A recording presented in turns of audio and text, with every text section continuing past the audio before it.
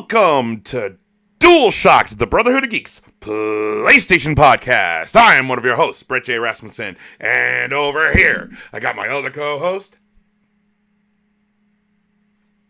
That's Spectre. Yeah! What is up, man? Not much. How's it going? Woo! It is late. I am tired. That's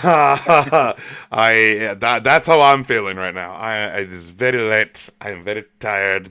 As of time of recording, but that's okay. That's okay. I have you here. You'll keep me awake because I'll keep you awake. Through my anger and rage that with just you. We don't really have any like controversial topics today. No, not controversial, but just you talking sometimes just makes me mad. I'm like, that's just enough to do it, huh? Why, Spectre? Why would you say that? Why would you say something that crazy? And no, Spectre, please stop. No. Ah! You have to remember all the punches I'm pulling here because of YouTube and stuff. So hey man. Oh, but what have you been playing lately? Outside of drinking this Bang, because I need to stay awake. Are they a sponsor now? Non-sponsored. I just like Bang. Goes, yeah, Bang, yeah. You got to have some Bang in your life, right? Yes, I do. Very much so. What have I been playing? I have been playing. I went back to Kingdoms of Amalur. I went back to that game. I thought you were gonna just say Destiny. No.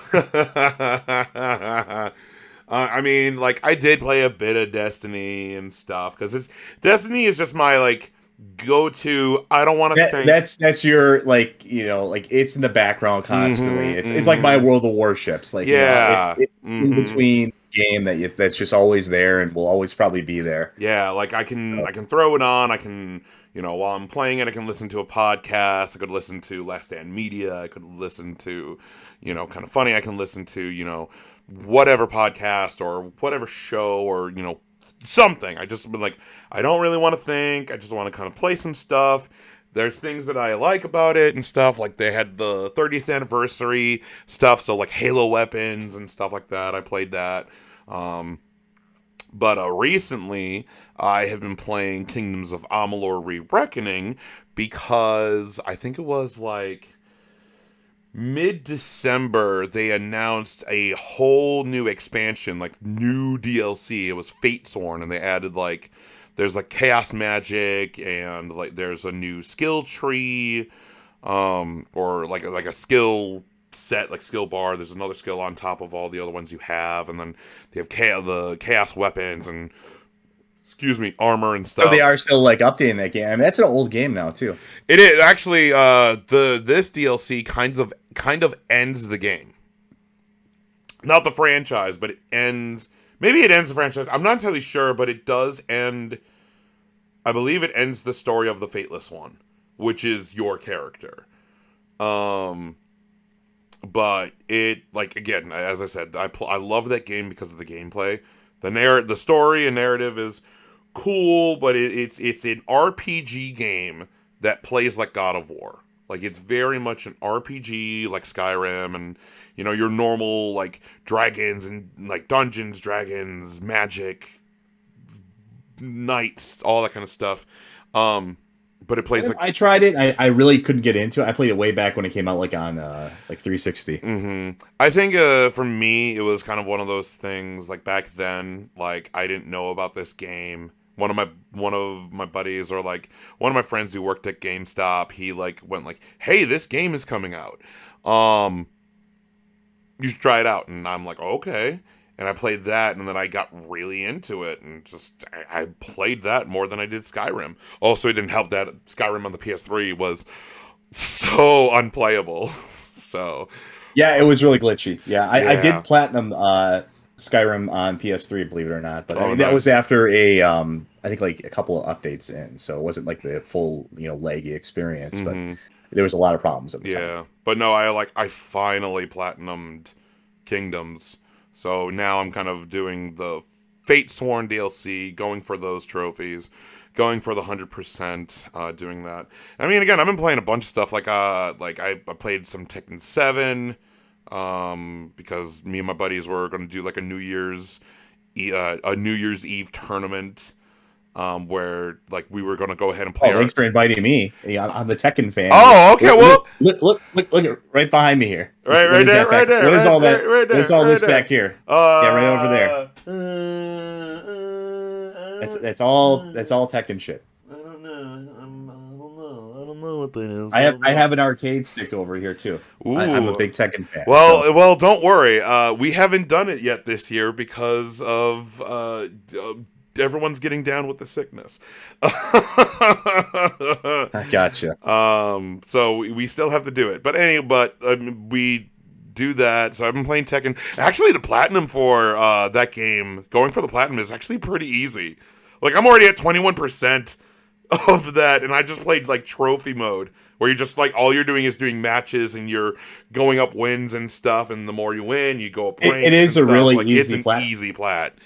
I got it. I got the platinum. I'm gonna redo it on Steam eventually here too. Oh, nice. So it's very easy to do.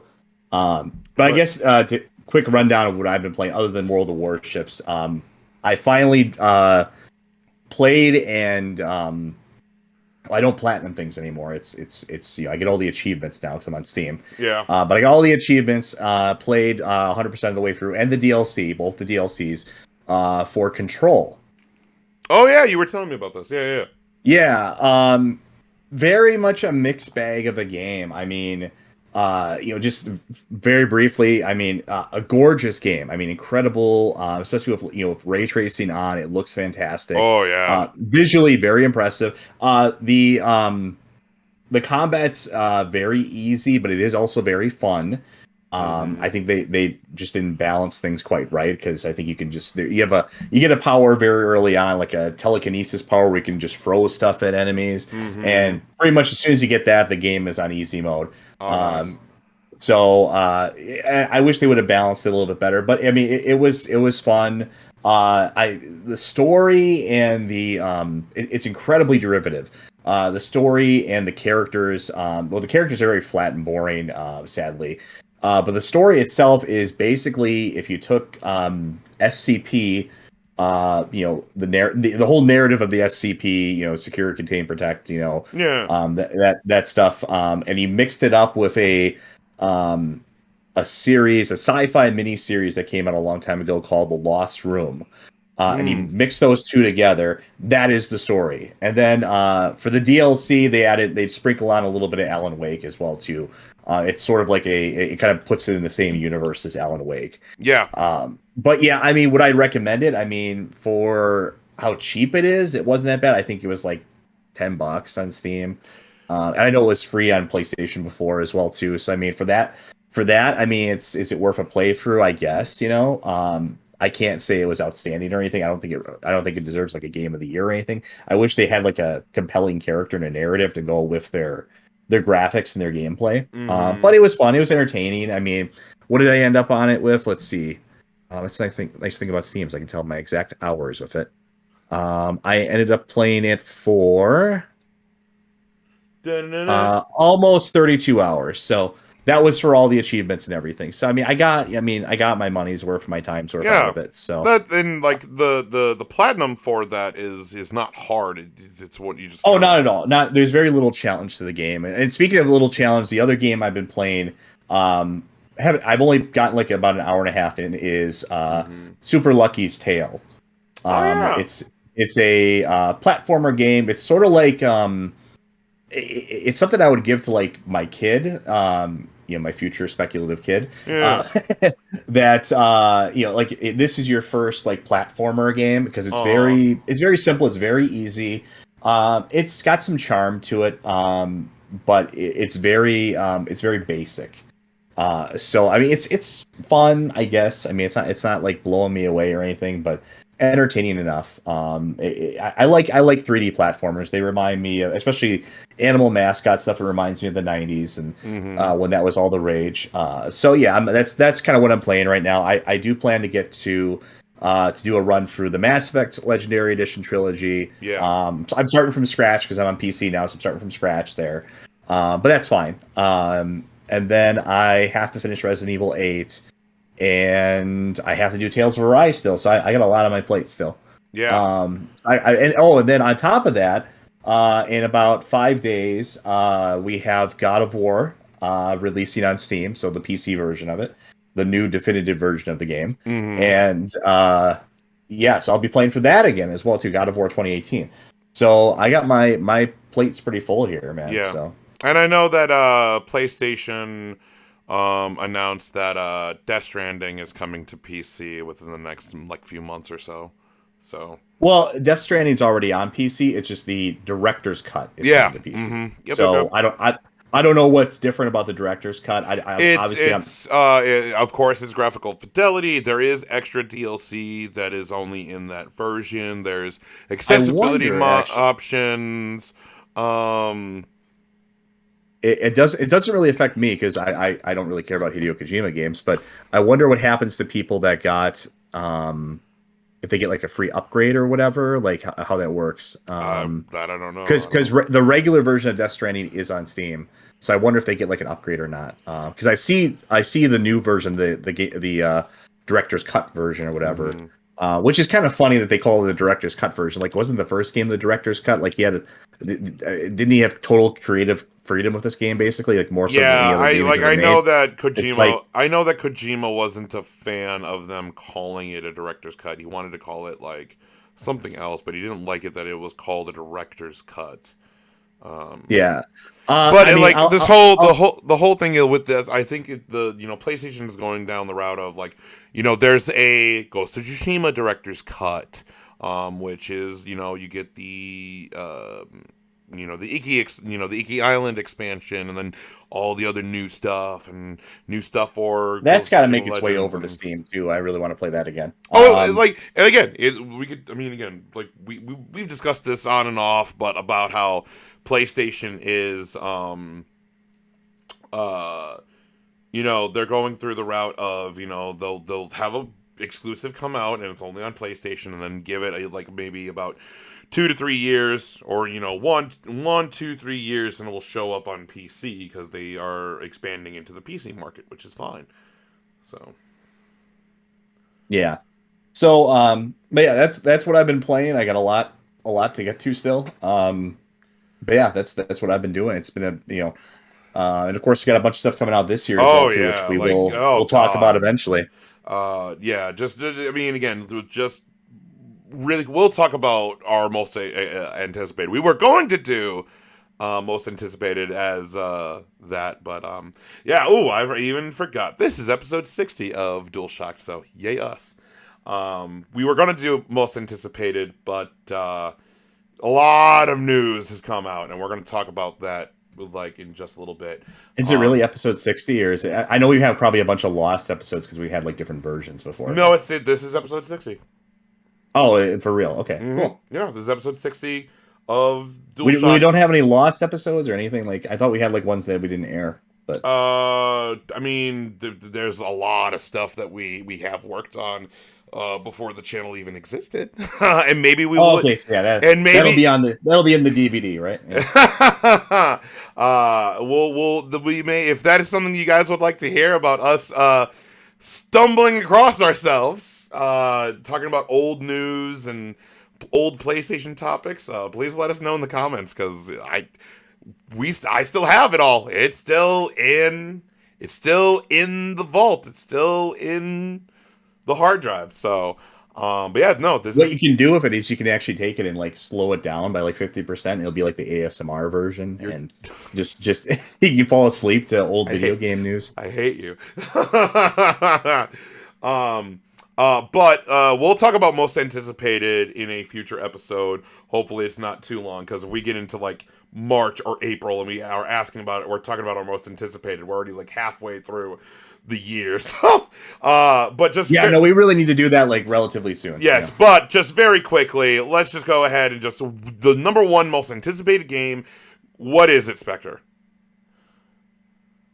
I think you were saying it's Elden Ring, right? Another No, Souls like, game. well, that's what I believe that the community is most excited for.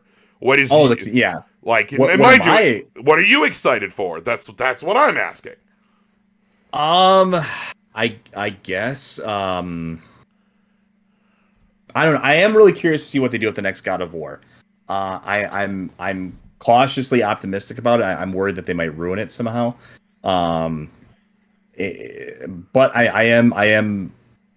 Yeah, I guess if I had to pick one, that one, and I really do want to play Scorn. And there are a couple of Warhammer games coming out as well too. Mm-hmm. So one of those, I guess, Okay. pick one of those. Yeah, and like for me, it is God of War Ragnarok. Like you can go ahead and watch my reaction to that at the PlayStation Showcase, like 2 years ago, and last year when they showed like the whole trailer. Like I'm so excited for that game. But Elden Ring does look really good.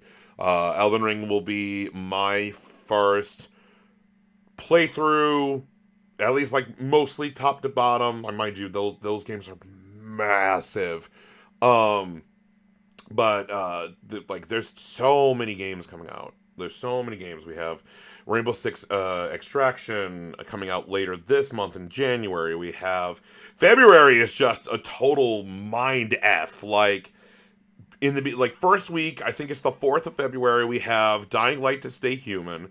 Then the week, let me see. I have my calendar. I'm gonna pull up my phone because I have it all in my calendar. Let's see. So yeah, it's Ghost Rainbow Six is on the 20th, 28th. Yeah, it's the 20th of this month of January. And then in February, like February is just crazy. I can't even believe, like it's just nuts. You have Dying Light to Stay Human on the 4th of February. Then we have a week off. Then it's Horizon Forbidden West on the 18th of February. And then the week after that is Elden Ring. And then the week after that, in March, because we get into March, we have Babylon's Fall on the 3rd, Gran Turismo 7 on the 4th of March, a week off, Stranger of Paradise, Final Fantasy Origin on the 18th of March, and then That's right, that is coming soon, right? Yeah. And then Tiny Tina's Wonderlands on the 25th of March. And those are kind of all the big games coming out. The next big game after that is Forspoken, which is in May, which is a PS5 exclusive. So kind of console exclusive. No, it's only on PS5. Well, it's not on Xbox, I guess, right? No, it's only on PS5. It's on PC as well. Forspoken? Really? Mm-hmm. I thought it was. It's I could show you the screenshot on Steam right now. I mean, if it's there, then okay.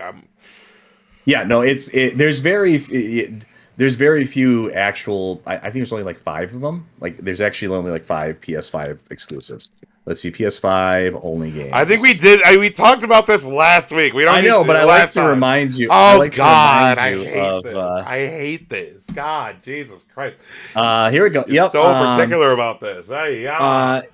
It is. I was right. It is about like 5. So Astro's Playroom, Demon Souls Remake, Destruction All Stars, and Ratchet and Clank Rift Apart and Returnal. That's it. There's 5. There's 5 games right now. Okay.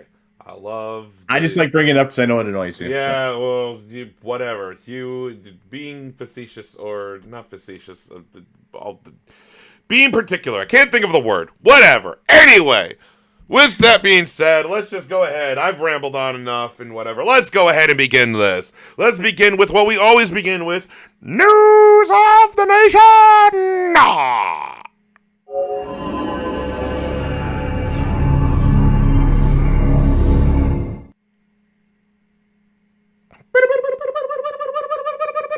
All right.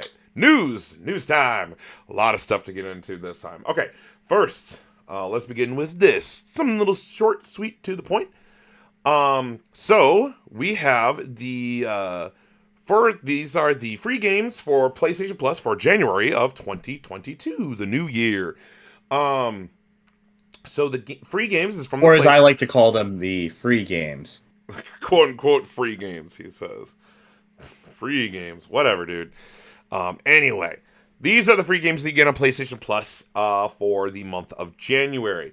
It does start on January 4th, and you'll be able to get these until Tuesday, February 1st. And the games that you get is Persona 5 Strikers for the PS4, Dirt 5 for the PS4 and PS5, and Deep Rock Galactic, which is on the PS4 and PS5. Persona 5 Strikers is pretty much a continuation of the Persona 5 story and the story of the Phantom Thieves. Very fun game. Very, very fun game. I played it. Definitely great. Dirt 5 is another racing game, which is definitely fun. And then PlayStation... It's another racing game. I mean, there's, you have Gran Turismo, you have Forza, you have Dirt, you have Need for Speed, they're all different in their own different way. So you have that, and then you also have Deep Rock Galactic, which is a 1 to 4 player co-op FPS featuring badass space dwarves, 100% destructible environments, procedurally generated caves, and endless hordes of alien monsters. Work together as a team to dig, explore, and fight your way through a massive cave system filled with hordes of deadly enemies and valuable resources. You will need to rely on your teammates if you want to survive the most hostile cave systems in the galaxy. So there's that. So just like before, we always go ahead and recommend, if you have PlayStation Plus, just add these to your library. Just add them to your library. It doesn't matter. You can always get back to this, because as long as you have PlayStation Plus, you will always have these games. Just add them to your library, and then you can download them whenever you want. So yeah. Yeah, even I just added them, actually. Mm-hmm. Just because you never know. I still have Plus. I think my Plus is still good until like May, if not later. Mm-hmm. So I may as well use it. Exactly. So, there have been games like I have gone back to off of Plus, and like I added them to my library a few years ago, and I come back to them. So like, yeah, just add them to your library, call it a day. So those are your free games for the month of January of 2022. Anything else? No, nothing really exciting that I would recommend out of those, but yeah, I mean. Okay. All right, let's move on. Next topic is Square Enix, NFTs, and the Metaverse. I'm curious of what you will have to say about this, Spectre. So this article comes from IGN. So let's go ahead, and I'll kind of go through this, and then we can kind of start discussing this. So Square Enix, Square Enix president Yusuke Matsuda has begun 2022 by writing a New Year's letter that is focused on the company's growing focus on NFTs, blockchain games, and the Metaverse. Matsuda began the letter by wishing everyone a happy new year and saying how the Metaverse was a, quote, hot topic in 2021, inspiring a lively global conversation first about the Metaverse, about what the Metaverse is, and then about what sort of business opportunities it presents. When he talks about the Metaverse, he's talking about Facebook changing their name, because now it's not called Facebook, it's called Meta. Bleh. They're calling the Oculus the Meta, instead of the Oculus Quest, it's called the Meta Quest or whatever. And he noted that Facebook's name changed to Meta, and how that was just one piece of, quote, evidence that the concept is not a mere buzzword, but here to stay, and that this attention caused 2021 to be dubbed the Metaverse year. And he continues talking about that. He continues... thanks to the advances in extended reality XR technology, the increasing prevalence of the cloud and 5G, more sophisticated blockchain technology, and other technological evolutions that have taken place in a variety of fields over the past several years, Matsuda believes that the Metaverse will, quote, likely see a meaningful transition to a business phase in 2022, with a wide range of services appearing in the scene. As this abstract concept begins to take concrete shape in the form of product and service offerings, I'm hoping that it will bring changes that have a more substantial impact on the business as well. And then he starts talking about NFTs, or non-fungible tokens. And he continues to say that 2021 was not only the year of the metaverse, but also as NFTs year one, given that it was a year in which NFTs were met with a great deal of enthusiasm by a rapid expanding user base. This is me questioning. This is me. This is Brett questioning. This is me. That anyway. It's a statement. Anyway, although Masuda agrees that there are unfortunate quote examples here and there of overheated trading in NFT-based digital goods with somewhat speculative overtones, regardless of the observed value of the content provided, he believes the ship will right itself in time. And then he talks about he wants to use Final Fantasy as the first NFTs. The company behind upcoming Forspoken, identified AI cloud. Yeah, I mean, again, and you can read the letter. Of course, all of these links will be in the description below when we're talking about the news. But it's just the entire letter is talking about how Square Enix is pretty much going into the NFTs and stuff, and they want to use that and all of that kind of stuff. And Ubisoft did the same thing, and they tried to use it with Ghost Recon Breakpoint, and that was terrible. And now Square Enix wants to get in on this, and screw that. I hate NFTs. All you're doing, what you're doing is that you are buying the right. All you're doing is that you're buying the license of that. And mind you, like we do that with DLC anyway, with digital games, because what you're doing is that you're buying the ability to have the license to have it on your console, a digital game or whatever. But with this, what they're doing, instead of like when you buy a license to a digital copy of Horizon Forbidden West, if you're buying a digital copy of that, you're buying the license for that. You don't actually own the game. So if Sony wanted to go ahead and just take it off the PlayStation Store, they can. Because you don't actually own the game. You own the license. Now, again, if you already bought the game before they did that, you can still download it and stuff like that. But what NFTs are is that it's a exclusive, like every NFT is different to each other, and you're getting a special icon or certain picture. And the whole point of like when NFTs were created, the best way or the most useful way to use NFTs would be like if I got a ticket to a wrestling show. If I went to an AEW All Elite Wrestling show, whether it was All Out or an episode of Dynamite or whatever, and I'm talking wrestling terms, or you could use concerts, you could use anything, like any kind of like where you need a ticket. You can use an NFT as like, this is mine, this is me, so that way you can't get scammed, or that this ticket is yours. So that way, like for security reasons, or like for art, a lot of artists use NFTs so that way they can sell their art. The artist still owns the right to their art, but if someone wants to buy it, they can buy it and be like, hey, look at this cool, cover art of Deus Ex, or whatever.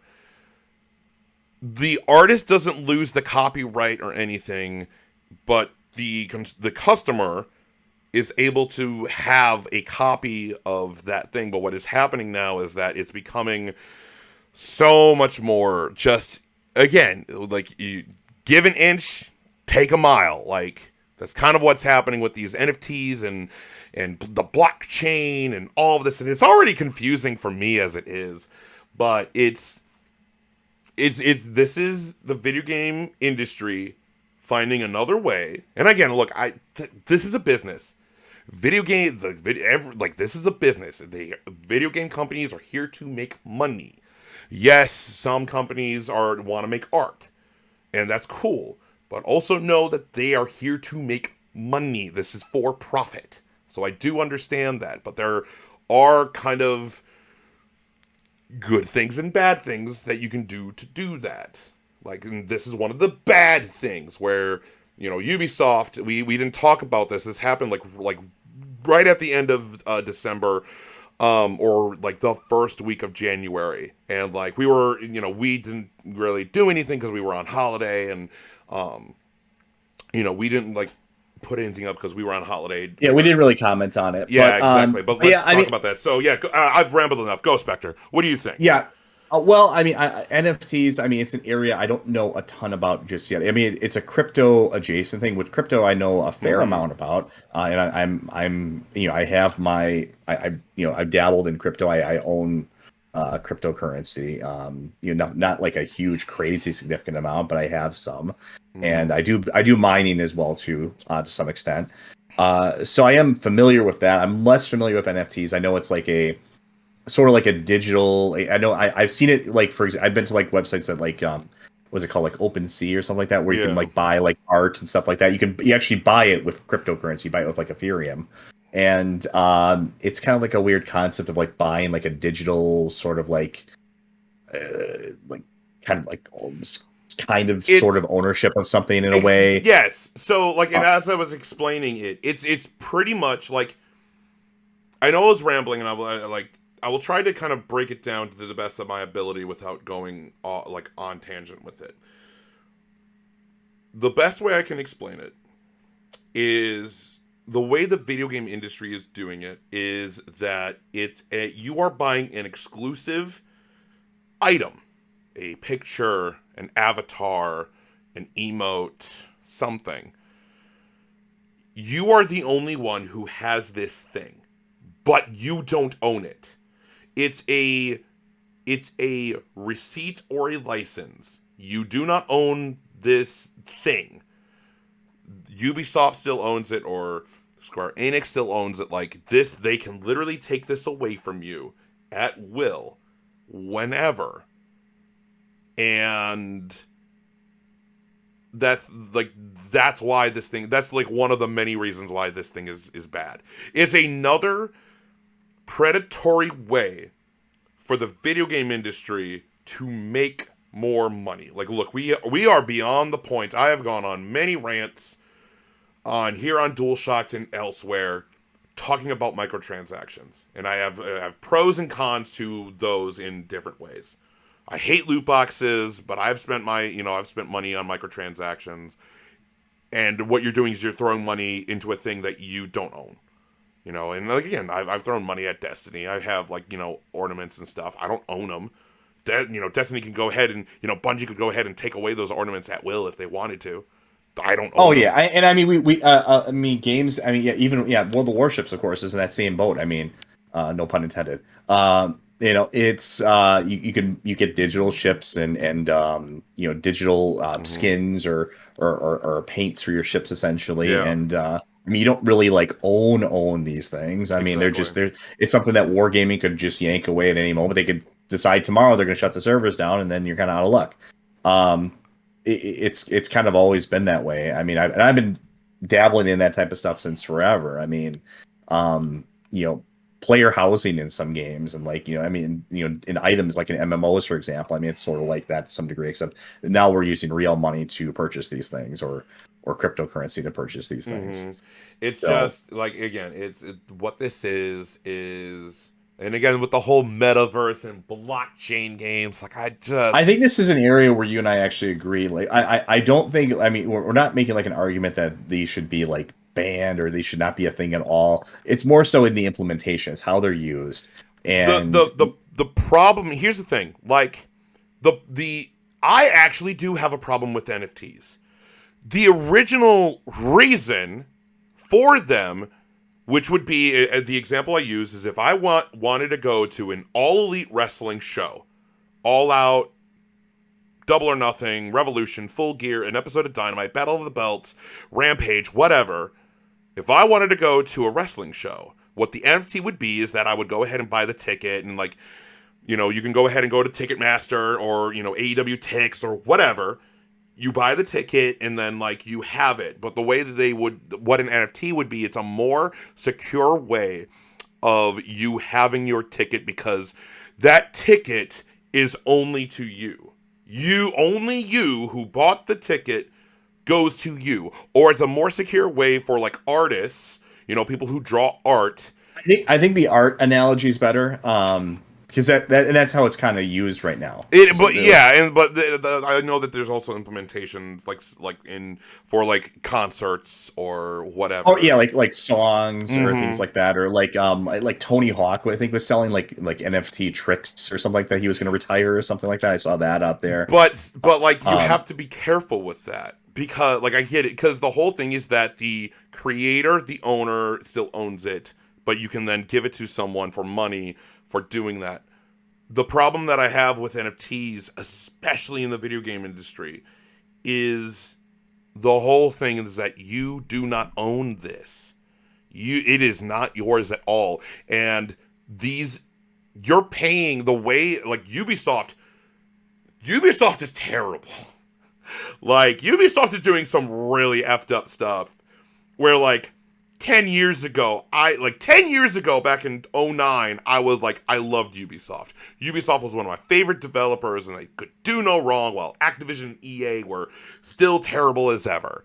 But Ubisoft was fine, but within the past, I would probably say 2, 3, 4, maybe even 5 years, they have been very like especially since like Odyssey, like Assassin's Creed Origins, Assassin's Creed Odyssey, even like Unity, like it's just been downhill for Ubisoft ever since. Like the Ubisoft of today is no longer the Ubisoft that I remember back then, and they were like, we're gonna go ahead and go all in on these NFTs, and we're gonna use our worst game, Breakpoint, Ghost Recon Breakpoint, to sell these NFTs. No one cares about it. You can try to do it in the game, but it takes you like 100 hours to do it, and then like you could buy it, and it's like a bunch of nothing, and only you have it. And the whole thing about it is, and then like it's the whole exclusivity thing, and it's only you to have it, but it literally means nothing. There's nothing to it. There's nothing about it that matters. Yeah, I think when you boil it down, I mean, it's another attempt to like further monetize games. I think there, I know we just had the price hike for some games up to $70. Like PlayStation's been doing that. It's happening on PC as well too to some degree as well even now. I think there's been an effort to avoid that at all costs. Just increasing the price of a game. But I mean, developers and publishers have found a way around that. First it was DLC, and then it was like microtransactions, and now this is just another extension of that, I think. And exactly. it's a way to increase the price of a game without increasing the price in a roundabout way, I guess you could say. That's what season passes are all about and stuff like that. I mean, it's it's misleading. I think that's actually my criticism going back to the PlayStation Plus argument. That's my criticism of calling things like PlayStation Plus games free games. They're not free games. You're paying for those. Yet the cost may be obfuscated, for other things, but you are still paying for those games. Yeah, I mean, again, we could even like if we're talking about the subscription service, we could argue if something is a good deal for the consumer or not. But like I said, it's a subscription. It's a subscription. Yeah, subscription is also very popular now as well too. That's another way to drive revenue. I mean, we've kind of moved beyond. I mean, there are still plenty of games that are released and it's just the game and that's it. But we've kind of every game almost now has some sort of DLC or microtransaction element, or is part of a subscription service or something, really. And like, look, I'm not here to go ahead and be like video game companies shouldn't go ahead and make money, because I'm all about companies making money and being successful, but there is a right and wrong way about going about it. Like, hold on. Wait, hold on. So like, look, if we let's look at Ghost of Tsushima, Game of the Year. Named it Game of the Year last year in 2020. That game came out one time. It came out, base game, everything, free multiplayer, all of that. Then they added the Icky Island expansion, which I believe was like $20, and then they added more multiplayer elements to it, which was free. Or they added it as part of the director's cut. So they added the director's cut, so if you didn't have the original game, you could buy the director's cut, or you could upgrade to the director's cut for, X amount of money. But like, you have extra DLC and other stuff, and that game sold like, I believe it's like 8 million since it came out, and it's sold ridiculously well. So there's a right way and wrong way to do it. Like, Fortnite is making billions of dollars because children are asking their parents to go ahead and be like, can I use a credit card? And then continuously spend money on skins that mean nothing. And mind you, Fortnite is doing the good job. Even I spent a little bit of money in Fortnite because they went, hey, we got Kratos. And I'm like, well, crap. All right, well, if you're going to have me play Fortnite, at least let me play as Kratos. Here's $15. Take it away. Let me get Kratos at least. They know how to get you. You know, but like, Spider-Man's been there, Batman's been there, Superman, Master Chief, Kratos, like, everyone has been, even like Shaq has been it. Like, even like celebrities are now like skins. Like, I think to kind of bring everything back to a point, I mean, I think it's too early to tell. I think the NFT thinks it's the newest, latest craze right now. We'll see how that actually plays out. I hope it's terrible, and I hope it dies. Like, I do not like NFTs or the blockchain or anything, but who knows? Mind you, the video game community hates it. Well, like, I am not the only one. Like, I will. Yeah, I was gonna say, so far there seems to be a pretty big backlash against it. Oh, very much so. Ubisoft was just given to the gallows by the video game community for that. And this, like, Square Enix, like, you're already having problems with Avengers. You know, like, people didn't buy Guardians of the Galaxy because they thought it was going to be more of Marvel's Avengers, but it wasn't, because that game is amazing. But Square Enix is going down this stupid route. They don't need to. You don't need to. So, anyway, anything else before we move on? No, I think that, we said all there is to say about it right now. Yeah, I mean, admittedly, it's something I want to learn a little bit more about. Like I said, I've gotten pretty familiar with crypto. NFTs, I really need to understand a little bit better. But I mean, it is a very new thing that's out on the street right now. And yeah, I would say for now, probably best if they don't mingle with video games as much. But I mean, if it's done the right way, I don't know. I don't trust the video game industry to go ahead and do it the right way. If you can make money off of it, good point, I guess. Like, yeah, I don't trust the video game industry to try to do it the right way and like, oh, it's cost effective, and the consumers win in the end. No. Or like, if they do, they'll mask it in some kind of way. Like, there have been very, very rare occurrences where the consumer wins with whatever, money thing that a video game company gives out. There have been very rare times. I'm not saying it hasn't happened in the video game industry, because it has, but it's not often. A lot of the times it's like, hey, here's loot boxes. Hey, here's microtransactions for said loot boxes. Hey, here's DLC that means nothing. First DLC ever made was the Iron Horse for Oblivion, and then that was the horse armor, if you ask. Yeah, exactly. So anyway, I miss, like I said, it's the old man to me again, but I do miss the '90s model, which was release a game and there was no updates. It was just ready to go. It was good to go from day one. Yes, occasionally there was some major bug or something, but they'd re-release a new version of it or something like that. Yeah. And then if they really wanted to add on to the game, you either got yourself a sequel or an expansion pack. Exactly. Which they don't really do anymore. Yeah. So it is what it is. But anyway, let's move on. Next topic is that EA canceled a Harry Potter MMO back in the early 2000s. This comes from Polygon. And pretty much we have like it's an article about this. Pretty much on the Polygon article. Back before Harry Potter was a franchise massive enough for its own theme parks, along with spin-off film series, along with an upcoming open world game, which is Hogwarts Legacy. I'm excited. Electronic Arts almost made an MMO.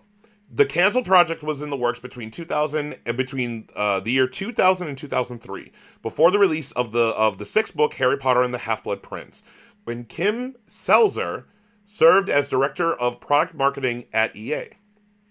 Selzer, now the chief marketing officer at a new firm called Original Gamer Life, mentioned the game for the first time in a recent Twitch stream that the company hosted. This comes from the stream, quote, "Sometimes I just don't know where to start." When she was asked about which project she was saddest to see die on the vine during her time in the game industry. Back to the quote, "But a big one for me, because I was so personally involved in it is such a huge IP that has lived on, is a online massively multiplayer game for Harry Potter." She went on to describe the project, saying that the development team had already built a beta and done all the research required. EA had even planned to mail prizes and ribbons to players in what Salzer called a, quote, "combination offline-online experience." The project was ultimately canceled. Quote, "EA was going through some changes at the time, and they just didn't know or believe enough that the IP would have a shelf life longer than a year or two." While Seltzer didn't give an exact year in her interview, her tenure at EA coincided with the releases of the first 2 Harry Potter films. It was a time when the Harry Potter series was beginning to transcend the original books. EA held the Harry Potter video game rights from 2000 to 2011, which is pretty much from Sorcerer's Stone to Deathly Hallows Part 2, and I played all of them. Back to the article. And published more than 10 titles within that window, but the MMO was not meant to be. Warner Brothers now controls the entirety of the Wizarding World franchise that grew out of Harry Potter, including the video game rights, through its Portkey Games label. Avalanche is working on Hogwarts Legacy, which is planned for release sometime in the year 2022. So, I love another time to go ahead and crap on EA. Yay me! Okay, so, yeah. What? Like, I know for me, I don't know about you, Spectre, I love Harry Potter. I love Harry Potter to this day. Like, I am so excited for Hogwarts Legacy. Like, and you can go ahead and watch my reactions to that. That's up on the channel. And that was from the showcase, the PlayStation showcase from 2020. 2020, when they first announced it. And, like, I mean, mind you, maybe I'm glad that didn't happen, because EA probably would have just, like, because EA doesn't, like, hit and miss. I guess, like, hindsight 2020, it is kind of perplexing that there never was. I mean, because it felt like at the time, especially in the early 2000s, that was the renaissance, in the creation and renaissance of the MMO. You had MMOs coming out, like it felt like 2 or 3 of them were coming out a year. Oh yeah. At least, I mean. And I was a big fan of at least 2 of them. I was really into. My first love was Dark Age of Camelot, which I have behind me over here. Nice. And is that the map? Is that the map that I see right there? Yeah, the map and that poster up there, and then I have all the versions of the game that were released over there. Nice. As well. So I love. I still say to this day the best MMO ever created. Easily. Okay. And better than World of Warcraft, better than anything else at the time. And I am very biased, though, because I am very much into player versus player combat, and that's what that game is all about. Yeah. And then, of course, I got into World of Warcraft. I played World of Warcraft for literally over a decade. But now it's dead. Yeah, it's not really doing so well anymore. But anyways, at the time, there was a Matrix MMO, there was a Lord of the Rings MMO, there was a Warhammer MMO. I mean, there was an MMO for everything at the time. There were 2 different Star Wars MMOs. One of them still going. I mean, there's just been. It felt like everything had an MMO, and Star Trek, everything. I'm not a Harry Potter fan myself at all. I read like the first 3 books, I think, when I was a kid. At the time. I think it was like 10 years old at the time or something like that. Yeah. I read the first 3 books, saw the movies, and that's the extent of my. And I when I was at Universal, they had the what's it called? The Wizarding World. The Wizarding World? So I went on the roller coaster there and stuff like that. So that's the extent of my Harry Potter. I love that place. I love fandom, really. But anyways, it does seem like why did they miss the boat on this? I mean, they should have. There should have been something out there. I mean, they should have had it would have made huge money. Probably would have still been going today in some version of it, most likely. So yeah, it just feels like a big missed opportunity. I mean, in some ways, I wonder how they would have done it. Like what I mean, I guess I mean you have like it is kind of Harry Potter is sort of like set up like an MMO. You have your you could have everybody at Hogwarts or whatever the hell it's called, and you pick your house, and that's like your faction or whatever, and you can pick different classes of wizard, and then I could easily see how you could make a game out of it, like an MMO style game and make it entertaining. So yeah, I mean, it just feels like they really just like it's like what were they thinking? It's like, but then again, I mean, we all make those mistakes. All of us are kicking ourselves for not buying like a billion bitcoins 10 years ago. I mean, we all make mistakes. We all don't things. Things are everything's I don't know apparent. about that. Well, Bitcoin used to be like worthless, dude. You could buy it for like almost nothing.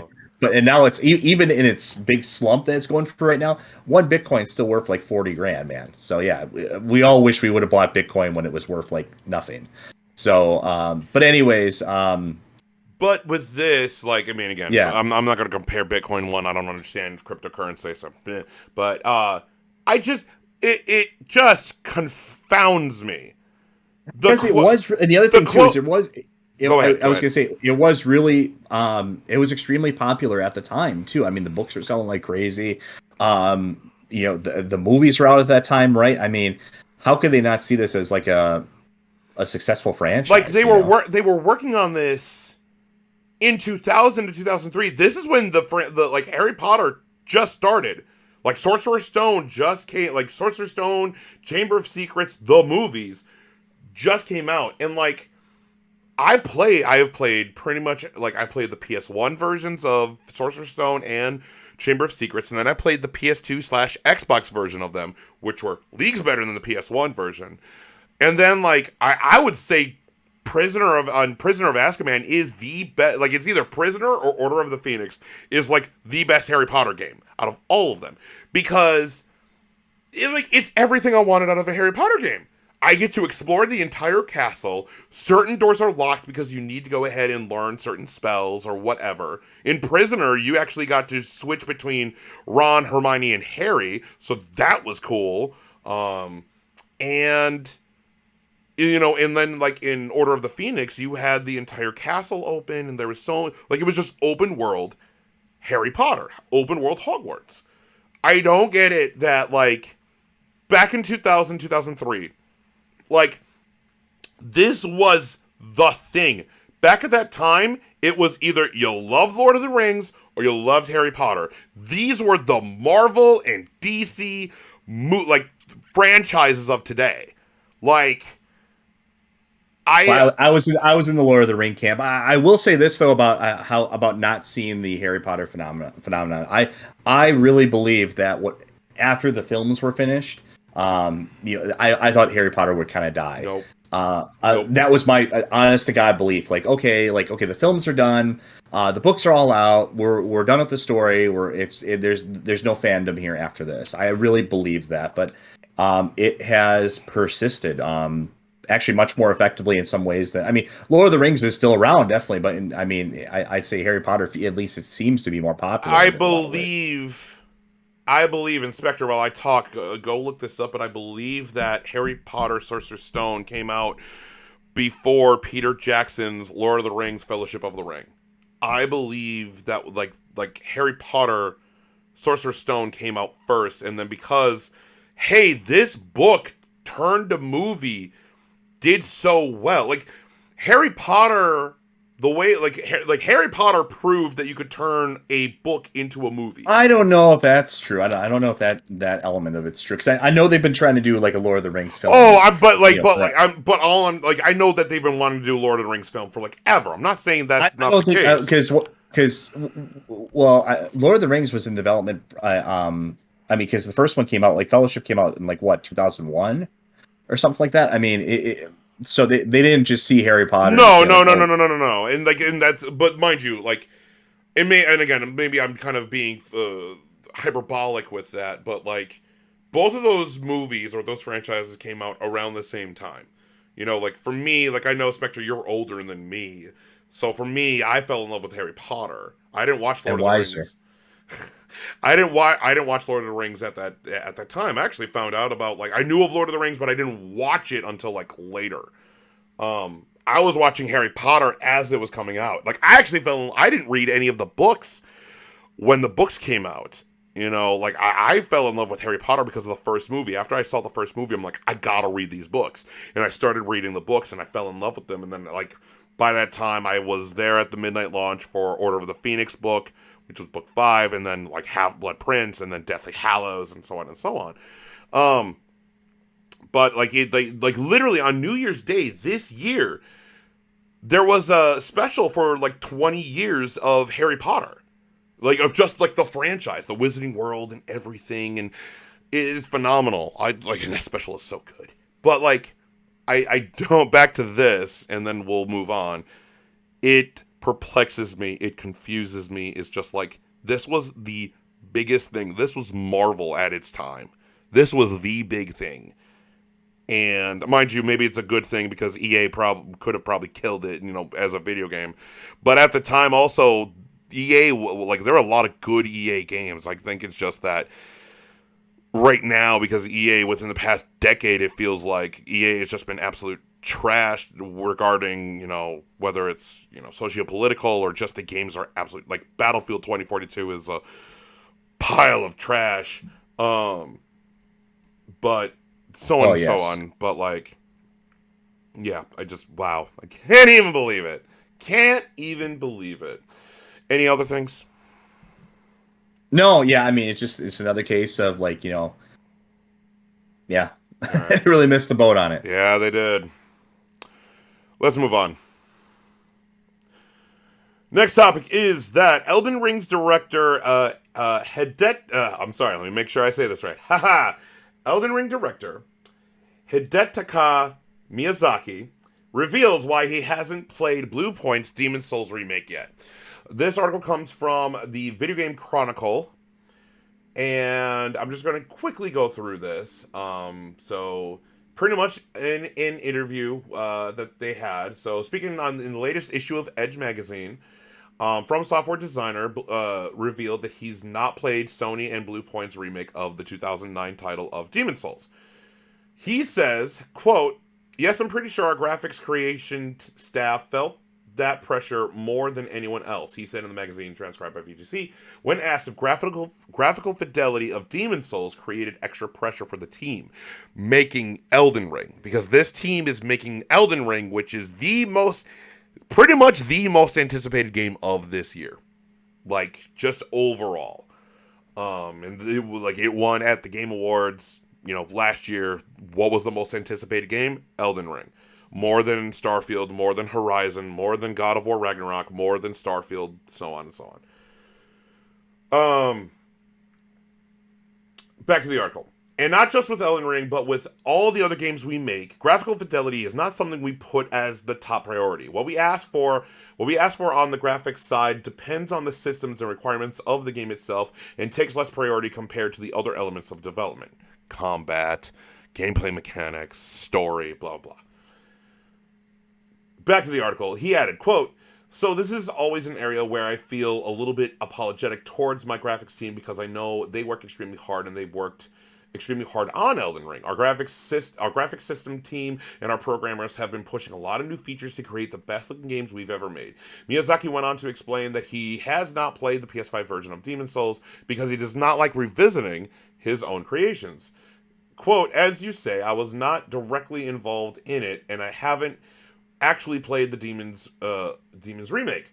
But this is because I don't enjoy playing the games that I've already made in the past. It brings up a lot of old emotions, a lot of old memories, and this gets a little bit overwhelming, and it doesn't feel like playing anymore. So I have not played the Demon's remake, but I'm very glad to see that it gets this fresh look, these brand new current gen graphics. It was an old game, so to see it get remade in this way and have new players playing it was obviously something that made me very happy. It was a rough game back in the day with a relatively rough development. So I was anxious that new players would not enjoy it in the same way. That was a cause of concern for me when it was re-released. But in the end, I am happy to see that the reaction and happy to see people are enjoying it.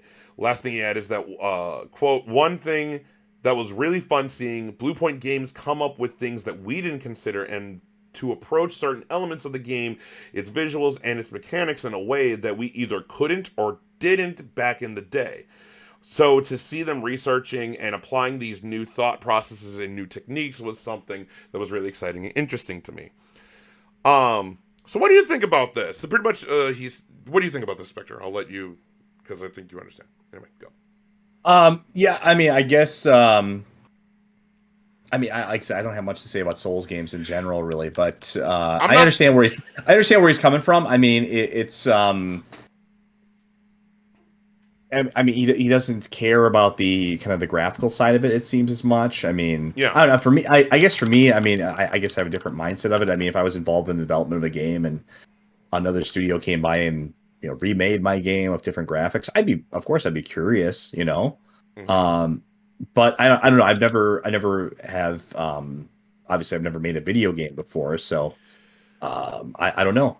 Maybe it's just it's just kind of you want to be sort of like wash your hands of it, and you don't really want to. And like you said, it was a troubled development and stuff like that. You just don't really want to revisit that, I guess. Mm-hmm. So yeah. I'm sure he's seen it. I'm sure he's seen plenty of gameplay of it and everything, but he just hasn't personally. He hasn't personally played through it himself or anything. No, but so the thing is, what I really like about Miyazaki, him in this article, is that for him and his team making Demon Souls, Dark Souls 1, 2, 3, Bloodborne, and Sekiro Shadows Die Twice, and now Elden Ring. Graphics have always been graphics, of course, are important because it has to look good. You don't want it to look, unless you want it to look 8-bit. But with what they do, you want it to look they very much go for a modern look, but their focus is very much on gameplay mechanics and combat and story, and that's why people love From Software and love their games. That's why even God of War took the whole stamina system. Demon Souls and Dark Souls has that stamina system, and a lot of modern games have kind of taken that route. Star Wars, Jedi Fallen Order has a stamina bar, and each move you make is going to eat a certain amount of stamina, and da da da da da da. But with From Software, they very much go for these very hard, very difficult, trial by fire kind of games. And I enjoy seeing that he's graphics, it's the gameplay that's the most important, or graphics is not the number one priority or whatever. Does it put pressure on his team because they look at Demon Souls, and Demon Souls is gorgeous on the PS5, oh my god. But I can see why that could put a little bit of pressure on them, because, you could have some idiots who go ahead and be like, oh, but it doesn't look as good as Demon Souls. Look at Elden Ring. It looks like it's a PS3 game. Mind you, I don't know who's saying that, but I'm just, making stuff up. Maybe there is. Maybe some idiot on Twitter is saying that. I don't know. But, the Elden Ring looks gorgeous graphically, so anyone who's saying that can go ahead and shut up. But, Elden Ring looks gorgeous graphically. And it looks different. It looks different than Demon Souls, the Demon Souls remake, which is totally fine. Bluepoint has their own, kind of down pat on how to do remakes. Bluepoint did Shadow Colossus, and it's freaking gorgeous. Bluepoint is very... Well, I mean, to tag in a story here right away, too, I mean, like I said, I don't care about Souls games at all, but it does seem to be, we have a rumor now, or sort of a soft confirmation of a new Armored Core game. Yeah. Coming I was waiting for you to bring that up. I just kind of to sneak it in there a little bit. It's been kind of soft confirmed for an Armored Core 6. So that's fantastic. We haven't had an Armored Core game in forever now. It's a great time to reboot it to some degree, and hopefully make a solid multiplayer with it as well too. And I'm pretty hyped about it. My friends are hyped about it too, and That's Yeah, good. Like, I mean, again, I look forward to the actual like official announcement to it. Like, I mean, it's hard to talk about it until we actually get something. Exactly. Right? I agree. But it's just like, again, From Software is like gameplay first or story first. Like, there are certain things where I'm like, in a video game, like, to me, graphics aren't the most important thing. You gotta have good graphics, of course, but like, that's not the most important thing. And that's what I do enjoy. That's what I'm happy to see. That's pretty much the thing. Could that put pressure on his team for Elden Ring? Sure. But they focused on what they do. And when Elden Ring comes out near the end of February, I am excited to play that. That's going to be really fun to play. And we're going to see how different it is from Bloodborne and the Souls games and Sekiro and all that kind of stuff. That's going to be really fun to play. Anything else? Sure. Okay. Let's move on. Next topic is that the Bioshock creator Kevin Levine's game is in, quote, development hell. This comes from Bloomberg. And pretty much what's happening is that Kevin Levine's highly anticipated project was supposed to be out in 2017. But people who worked on it explained how things went awry. So what happened is that Kevin Levine, after, because he was the head of Irrational Games, who did Bioshock 1, 2, and Infinite. And then that studio got, disbanded by 2K, by Take-Two Interactive, because they were like, we don't need this anymore. And we don't need you developers, bye-bye. And then he made his own development company, I believe it's called Ghost Story. But this game has been in development hell. So, let's go into the article. It has been 8 years since development began on Kevin Levine's next video game. Levine, the creator of the highly influential Bioshock series, is a tour of the medium. He embodies everything that comes with the title, according to people who have worked for him. A singular brilliance, stubborn perfectionism, and a delicate ego. 8 years ago... 8 years is a long time to develop a game. Levine's breakout 1999 release. All right, let's get into this.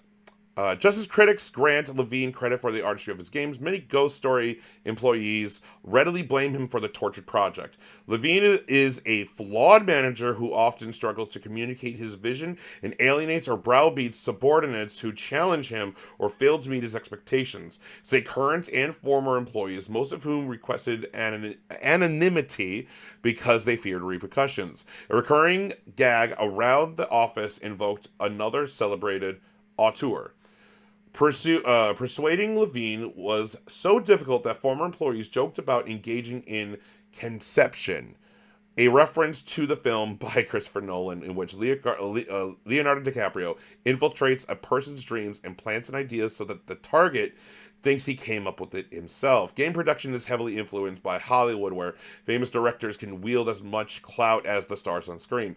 Steven Spielberg and James Cameron's of gaming include Neil Druckmann, who made The Last of Us, and Hideo Kojima of Metal Gear.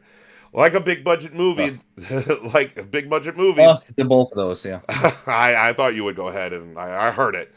Anyway, back to the article. Like a big budget movie, their games can require a crew of thousands to produce. Although creative leaders deserve some praise they receive, the adulation can mask managerial flaws and set unrealistic expectations. Let's see. It talks about Take-Two, and how they kind of like had a fallout. Let's see. Pretty much it's a massive like timeline of how this all fell apart. So we keep going. I'm just going to keep going. Okay, good. So at the end of the article, and you could go ahead and read this, but despite its calamitous beginning, Ghost Story was intended to be a friendlier, more supportive environment than its predecessor, says Gonzalez, the founding team member. But the studio was haunted by Levine's old ways of doing things. Quote, intentions are one thing and reality is another. When there's a road that's driven on a bunch, and there's a rut, getting out of that rut takes energy. So pretty much the gist of it is that Kevin Levine, because he's a perfectionist, because of he has a vision, and this is the vision, and this is how it's going to do it. It needs to land these things specifically. If it doesn't land it, and there are like problems and all of that kind of stuff, it's not working. Hence why this game, like the game that Ghost Story has been working on since they left back in 2013 or whatever, hasn't happened yet. And yeah, that's I mean, mind you, it's weird. It's like hearing about Vince McMahon of WWE. But anyway, that's wrestling for other story. But anyway, I'm guessing you read through this article, right, Spectre? I did. I just kind of read the clip notes of that one, but yeah, no. I mean, for me, there's not much for me to really say. I'm not a fan of the Bioshock series or the games that they've made. I think the first one was probably the best. Bioshock, of course, being a spiritual successor to System Shock, which is a very good series of games. Bioshock was one of those cases we were just talking about this where it's really about the gameplay, and I think for Bioshock you can play Bioshock, especially the first one, even the second one to some degree, and really enjoy the gameplay. I think the gameplay actually kind of sucks in Bioshock Infinite. But the gameplay for the first one and second one is pretty good. I think the story is pretty laughably bad. It kind of, I mean, the first one kind of relies on sort of a M. Night Shyamalan style twist that's not really as clever as people make it out to be, and a high school understanding of Ayn Rand and a high school understanding of Marxism for the sequel. So it's there's not really much to go on there. So really the gameplay has to shoulder all the entertainment value. It's a very nice looking game too. Graphically, they're very nice looking games. They have a very nice, unique kind of art style to them. But yeah, I mean, I'm not exactly crying because we're not going to see another another game from this guy anytime soon here. Yeah. So I'm speaking of auteurs, I'm very much more looking forward to if we ever get another Alice game. That's what I'm looking forward to if we're talking about like our kind of our favorite game designers here and stuff like that. But I really hope we get that eventually. But if we never get another Bioshock or a spiritual successor to Bioshock, I'm not gonna no love lost. There's no problem there with that. I mean, what it says, like, pretty much, kind of the big thing is that one constant on Levine's projects is that he never seemed content. He never seemed content. Whatever, his team was working on, it wasn't right or wasn't perfect. There was something off, and he would scrap it. He would throw it away and go like, no, that's not right. Do it again or whatever. He's probably spending too much time. You mentioned James Cameron in there. I think he's spending too much time idolizing James Cameron. I mean, and he also had lax deadlines. So like 2017 then became 2018, which then became 2019 and 2020 and then 2021 and then now here we are. The lax approach to deadlines minimize crunch, but which is good. Crunch is not good, but you also need a deadline. You need a deadline, but you also have to like what happens with crunch is the reason why crunch happens is that the scope or whatever that a video game is made, it's too big, but it has to launch at blank day. Like it needs to go gold on this day. As in, like the disc is made, we need to send it out to the printers and mass produce it and We need to send the master disc to not the marketing. We know what you mean. Yeah. But and again, crunch is bad. It sucks. I'm not a fan of crunch. When it's just all right. We have 2 months and we have only 10% of the game done. Go. That's terrible. But you have to be able to plan it out, and that's kind of a big thing in the video game industry that a lot of developers are working on. Like, for instance, like, I remember there was in Bungie, they said, oh, this month we're taking off for our families and that kind of stuff so that way we don't have crunch. Sony Santa Monica, and, there are developers that are trying to find ways to lessen crunch, which is a good thing. But you also do need a deadline because this is a business. Yeah, So you still got to deliver a product at the end of the day. exactly. I mean, So yeah. So that's the whole thing. They even have like a little graph here. System Shock 2. So these are like the waiting game. Kevin Levine's new project was supposed to be small, but it's taken longer than even the biggest video game. So System Shock 2 took 1.5 years. Bioshock 1 took 5 years. Bioshock Infinite took 5 years. Halo Infinite took 6. Red Dead Redemption 2 took 7. And now the untitled Ghost Story game, which is still in development, and who knows what it is, and who knows when the hell this game comes out, is now 7.5 years, which is nuts. And like, I mean, with Rockstar, them taking 7 years to make a new video game makes sense. We don't get a new GTA on like only once every generation of systems we get a new Grand Theft Auto, which, mind you, I don't even think we're going to be getting a 6. I think we're just going to have 5 into eternity and just get DLC up the wazoo, and it's not actual DLC, it's just GTA Online bullcrap, because Take-Two is now just microtransactions and I have my own thinking about their sports games, and then when it comes to their wrestling game, God, Jesus Christ. But I'll talk about that at another time. So yeah. Jeez, come on, man. Come on, Kevin Levine.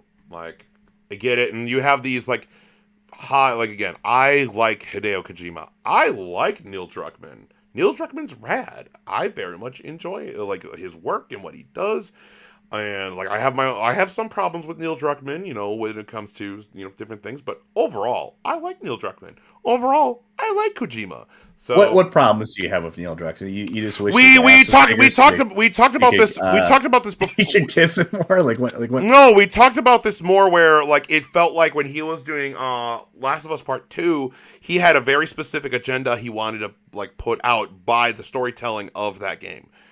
In which I was like, okay, I don't know, like, come on, dude, like, can you just tell a story, like, not try to push this thing, or like with Lost, it was either Lost Legacy or Uncharted 4, I can't remember, but like it was just like there was some, like, it felt like he had an agenda to put across when he was like telling the narrative and the story of his games. And I was like, just tell the story. You think? Just tell the story. But overall, I like Neil Druckmann. But yeah, that's it. All right. Anything else? No, that's it for that one. All right, let's move on. Next topic is that Days Gone director says it outsold Ghost of Tsushima, but was treated as a disappointment by management. We have a lot to cover in this, so we're going to try to break this down because we still have to get our PlayStation conversation. So let's try to get through this as quickly as we can, but still thorough enough so that way we can go through all the details. Let's begin. First, this article comes from IGN. So, Days Gone director says it outsold Ghost of Tsushima, but was treated like a disappointment by management. This is of Sony Bend.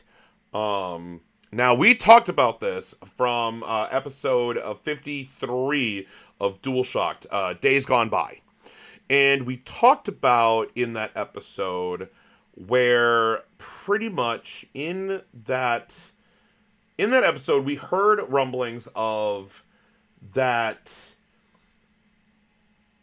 they were like, we heard about, because like they were working on a sequel of Days Gone 2. But it got canceled, or they were like, it was going to be co-op multiplayer, like open world, like, kind of connecting open world. So like the co-op you would play would connect to the single player campaign, and so on and so on. And they wanted to expand on top of Days Gone, which in my opinion was a great game. Did it have its problems? Sure. It wasn't like the best game of that year, and I believe it came out in 2019, I believe. But Days Gone, like, I loved Days Gone. I had a great time playing it. The story wasn't, like, amazing, but I loved Sam Witwer, who played Deacon. I love him. He very much sold the show. It was very much more of a character piece. The characters are what kept me playing the game. which was awesome. Like the narrative itself, like the through line of the narrative was okay, but it was the characters themselves that made me keep wanting to play and finish the story. Fighting the hordes was the best part about fighting it, because it's just you and thousands of these like shriekers, which were the zombie-esque, you know, enemies you had to kill.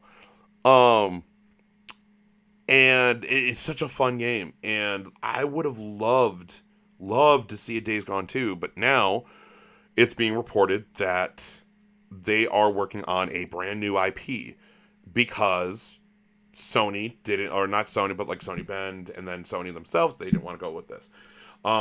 So there has been an update, but I'm going to start with the original story. So Days Gone director Jeff Ross says that the game outsold Ghost of Tsushima, but that it was still treated as a disappointment by studio management of Sony Bend.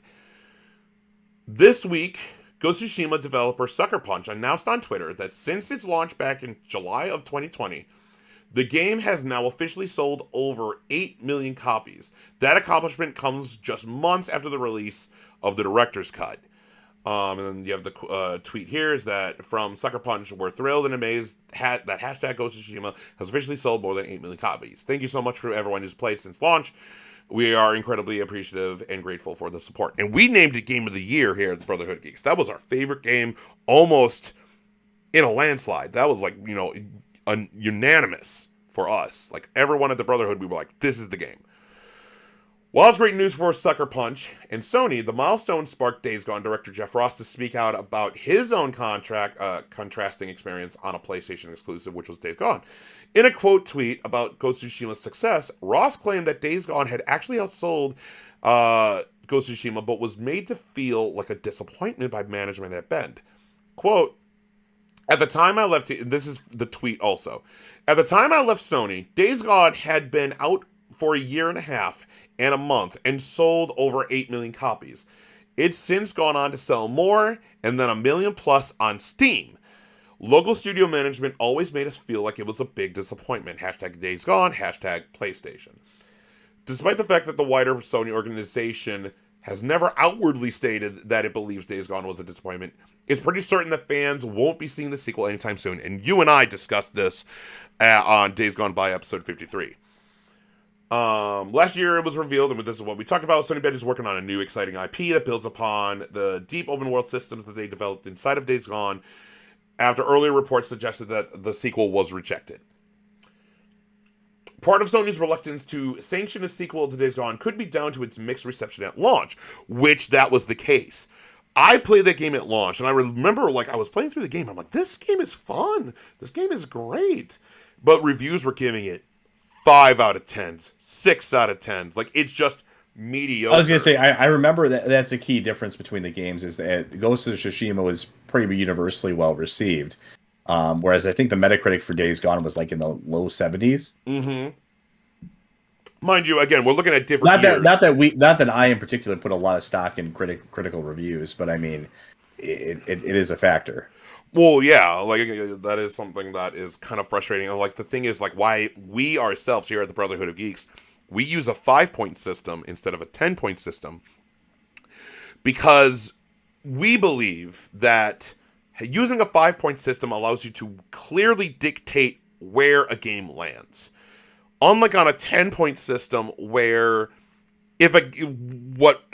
we discussed this when we were creating the channel and how we wanted to do reviews, and we discussed that, like, if a game doesn't get a 7 or an 8 out of 10, it doesn't, like, 7 and 8 out of 10s are pretty much like, it's great, it's good, like, there are problems with it, but, like, it's awesome, go buy it. But out of a 10 scale, if it's 5, it's good. It's an average game, it's fun, as it's up, as it's down. It's an average game. But people look at, and again, if you think we're wrong, please let us know in the comments. I would love to hear what you think about kind of our philosophies on, like, review scores. But we went with the 5-point scale because we can go, oh, if it's an average game, it's a 3. If it's a great game, it's a 4. If it's a bad game, it's a 1. Where if it's less than 7, like if it's a 6 or 5 or lower, it's a bad game. Even though a 5 is literally smack dab in the middle Or a 6 is just like, oh, it's pretty good. A 7 is like, oh man, this is like a great game.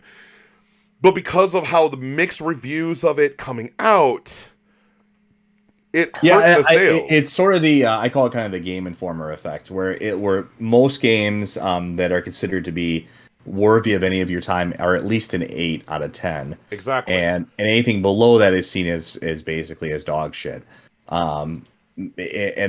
That's not fair. I think it's pretty misleading. Yeah, I don't think the 5-point system is perfect, but I think it's better than what we have. Yeah, and then he replied to a lot of people. I actually looked at the replies because the article goes on. However, in a reply to another Twitter user of this tweet, Ross made clear that while Sony does prize high review scores, quote, the grief we got was about the sales, not the scores, which is true. Ross' complaints seem squarely aimed at Bend Studio management, made clear in another reply when a user said there may now be better management in place, to which the director simply replied, quote, nope. And it is true. It is true that that Days Gone did not sell well when it first came out. I'm because it was so weird because it came out in the middle of the year in 2019, and I'm trying to remember I want to quickly look up. While I look this up, what do you kind of think about this? And then we're going to talk about there's more stuff that came out, but I want to know what you think. I want to look up something. I mean, I'll be honest. I mean, it comes off as a little whiny, but at the same time, I mean, it seems like I get it. I mean, they made a game and they poured their heart and soul into it, and they worked on it for years. And to have Sony come back and just be like, oh well, this is this isn't what we wanted, or this isn't as good as we hoped it would be, or whatever, it can be very disappointing. I mean, I think the game itself, like I can't really comment on the game because I haven't played it. I'll say for myself, do I have any interest in playing it? Not really. I don't even have it on my wish list. It just seems like just another zombie game, which we've had a million of those so far, and I think we've had better ones. Mm-hmm. So I don't think this was terribly original. I think comparing it to Ghost of Tsushima, for example, we which we don't have. I mean, it felt more distinct, I guess. Mm-hmm. It intrigued me. But yeah, I mean, if you're, I don't know, it just didn't really grab me. I get you. And I think it was the same for a lot of people. I mean, obviously the game sold well, but it's all relative, and it's hard to really even gauge like when a game sells well anymore, because back in the day it used to be like amazing if a game sold like 1 million copies or 2 million copies. Nowadays it's just like, well, that's just getting started. Like you need to hit like 5 million, 10 million copies just to make the budget back. Mm-hmm. So it is a different time we're in. I understand the guy's frustration, and where he's coming from. It's I think we can all relate to that. Actually, it's when you work really hard on something, and somebody, whether it's a boss or somebody else, just throws it back in your face, and it's not good enough. I mean, that's a very frustrating experience. I hope that you said they're working on a new IP. I hope that's that's a more even more successful and well received for that. But yeah, I mean, I guess that's all I really have to say on that. I mean, I don't know. Yeah, no, it's just crazy. So if we look at April, it came out in April of 2019, and I wanted to kind of see kind of what came out around that time. And really, there really wasn't anything big that came out at that time. Like you had Mortal Kombat 11 that came out in that same month. I mean, even like that was like the biggest game next to Days Gone. It was Mortal Kombat 11, really. If we look at the month before, if we look at March, you have you had Devil May Cry 5. You had Sekiro Shadows Die Twice, The Division 2. Those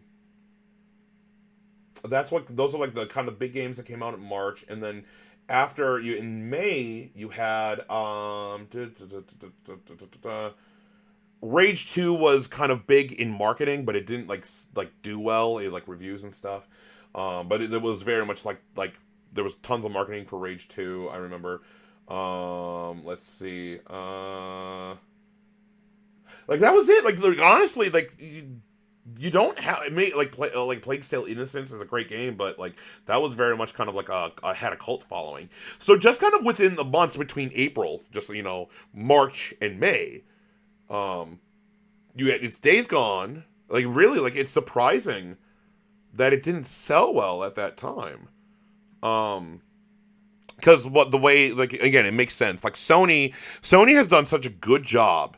Like when a game launches, like if we look at honestly, what was it? God of War came out 2018, right? Yeah, it was 2018. You had two Game of the Year contenders from PlayStation exclusives. It was God of War and Marvel Spider-Man, and then you had a bunch of other stuff, but it was between those two. 2017 was Horizon Zero Dawn. 2018 it was God of War and Marvel Spider-Man. In 2019, the big game that they were pushing was Days Gone, and then I think it was Death Stranding later in that year. And then last year was Ghost of Tsushima, and now this year you have like tons of stuff. Or like you have 2021, which was like Ratchet and Clank and Demon Souls and so on and so on. Like no matter what, you have these big games that come out. And this was like PlayStation was pushing this game as like this is one of our big games and we want to sell it well. But I think it was the kind of like people didn't understand what this game was. I don't think like in Sony, PlayStation has always had its ups and downs with how they do marketing. That is one thing that they do struggle with how the marketing of a certain game or how they kind of like get you hyped for a thing. It's either what is this thing? I don't get it, or oh my god, I can't wait for this thing. So yeah, there's that. Okay, so let's come back to this. So now there's been a lot of stuff that has come out since then. So on January 7th, which was on January 7th, Jeff Ross followed up his tweet by appearing on Twisted Metal director's David Jaffe's live stream. I subscribe to David Jaffe. I love his live streams. David Jaffe's great. He's the creator of Twisted Metal. He was the game director for the first two God of War games. Phenomenal. I love David Jaffe. I know he is controversial in the video game, in the video game industry or in the video game community. But I personally love David Jaffe. But anyway, he came on to explain how the 8 million sales figures for Days Gone might not be entirely accurate, or at least official. As reported by Push Square, Ross says that the source of the sales numbers was from a trophy data tracking site called GameStat. During the conversation, Ross revealed that when he was at Sony Bend and saw Days Gone sold 5 million copies, the trophy data was at 5.8 million. And since he no longer has access to Sony's official figures since leaving the company, Ross based the 8 million sales figures from trophy trackers and the, quote, telemetry data. Quote, I think GameStat... Telemetry, thank you. I think GameStat still has the data archived, Ross said according to Game Informer. Based off of the 8 million mark, it matched our telemetry... Say that one more time? Telemetry. Okay, good. Okay, I was saying it right that time. Telemetry. And so I'm like, good enough. So maybe it was 7.7 million-ish. Maybe it was 8.2 million-ish. I don't know. So while Ross has previously found trophy data to be ballpark figures for sales, they are not wholly accurate compared to Sony's official 8 million sales. And like, Sony doesn't put out sales for everything they do. And that's just kind of in general with the video game industry, and like that's kind of like in general with a lot of big, huge companies. Like we don't know how, like with Netflix, is Netflix, like it's been rumored that Netflix is actually losing money with how much they spend on their Netflix original movies and TV shows and everything, but they're actually losing money. But it's not about now; it's more about them kind of being seen as a Hollywood studio instead of they want to make more content or. Xbox and with the Game Pass or whatever, we don't have like actual specific numbers for that. Because Ghost of Tsushima was touted as such an amazing game, back in 2020, Sony's like, of course we're going to go ahead and say that it got sold 8 million copies because it looks good. I mean, I bought this game day one. I got the collector's edition. I love this game. And I highly do recommend. I have the David Jaffe's live stream entirely, and I believe it's like 4 hours. Like it's just him talking to them about like everything, siphon filter, and everything. But it does talk about this. And the other thing that Jeff Ross talks about is that during the stream he talks about how a big reason why the Days Gone sequel wasn't able to happen is because Sean Layden left. Sean Layden was a big supporter for Sony Bend in getting this game out. Quote, this is to the other article. This also comes from IGN. It says that on a stream with David Jaffe, former Ben studio director and writer John Garvin, and the game director Jeff Ross talked about Ben's struggle to get green light for the sequel as the studio's next project. While former Sony head Sean Layden had apparently championed the game, he was a supporter of Days Gone. Ross said that as soon as Sean has gone, Days Gone was dead. It was obvious that we shouldn't be talking about Days Gone while we were working on the pitch and generating it. It was clear that it was a non-starter, and there was nothing in the pitch that made the local manager and boss feel good about it. That's probably a failure to the creative group, but it was just an uphill battle the whole time. Ross went on to say that the process of figuring out what Ben Studio could work on instead, Sony asked them if there were any other Sony IPs that they'd be willing to use for a pitch, including Ben's old project of Siphon Filter. But Ben turned that down, Ross said. I have zero ideas on how to reboot Siphon Filter. He added later that he was unsure if the pitch was ever serious. However, it seemed like mostly an idea to keep them busy while Sony figured out Ben's actual new project. With neither Siphon Filter nor Days Gone 2 on the table, Ross added that the team also pitched an open-world Resistance game, with Ben having worked on Resistance Retribution back in 2009. However, the 2011's Resistance 3, largely a commercial failure, Sony didn't seem interested in a new Resistance title either, which that makes sense. Like, weirdly, Sony now, with Jim Ryan running Sony, they are not down to take risks anymore.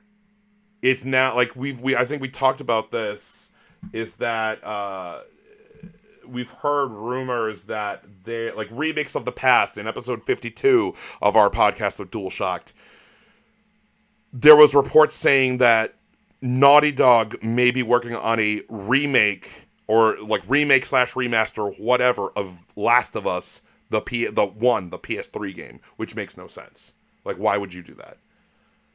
Like, but the reason is because it's safe. It makes money, and like I will say with Jim Ryan, we're not seeing as many risky exclusives like we used to, I agree. Yeah, it's a bunch of the same. I remember back in the day, I mean, just look at look at the time, the exclusives you saw like on PlayStation 1, PlayStation 2, even on PS3. Even on PS3 to some extent. I mean, there was a sense that Sony would come out with these games that maybe would not be for everyone, but some people would really, really love. And now it's just it's kind of the Microsoft strategy where it's just it's 500 flavors of the same one or two games, and it just gets stale over time. Like even if you love these games, like I mean, even if you love Last of Us or Uncharted or whatever, just you can only play these so many times before you stop caring. Like Naughty Dog's next project needs to be a new IP. I honestly do not need, at least right now, I do not need another Uncharted game. Would I like to see them come back to Uncharted? Sure, but not right now. I have gotten too much of Uncharted, and I just wanted something new to come from Naughty Dog. And then especially with like the love/hate relationship the community has with Last of Us Part 2. I personally love that game, but I know just as many people love Last of Us Part 2, just as many hate that game too, because of the narrative. Again, it's the narrative of that game people hate.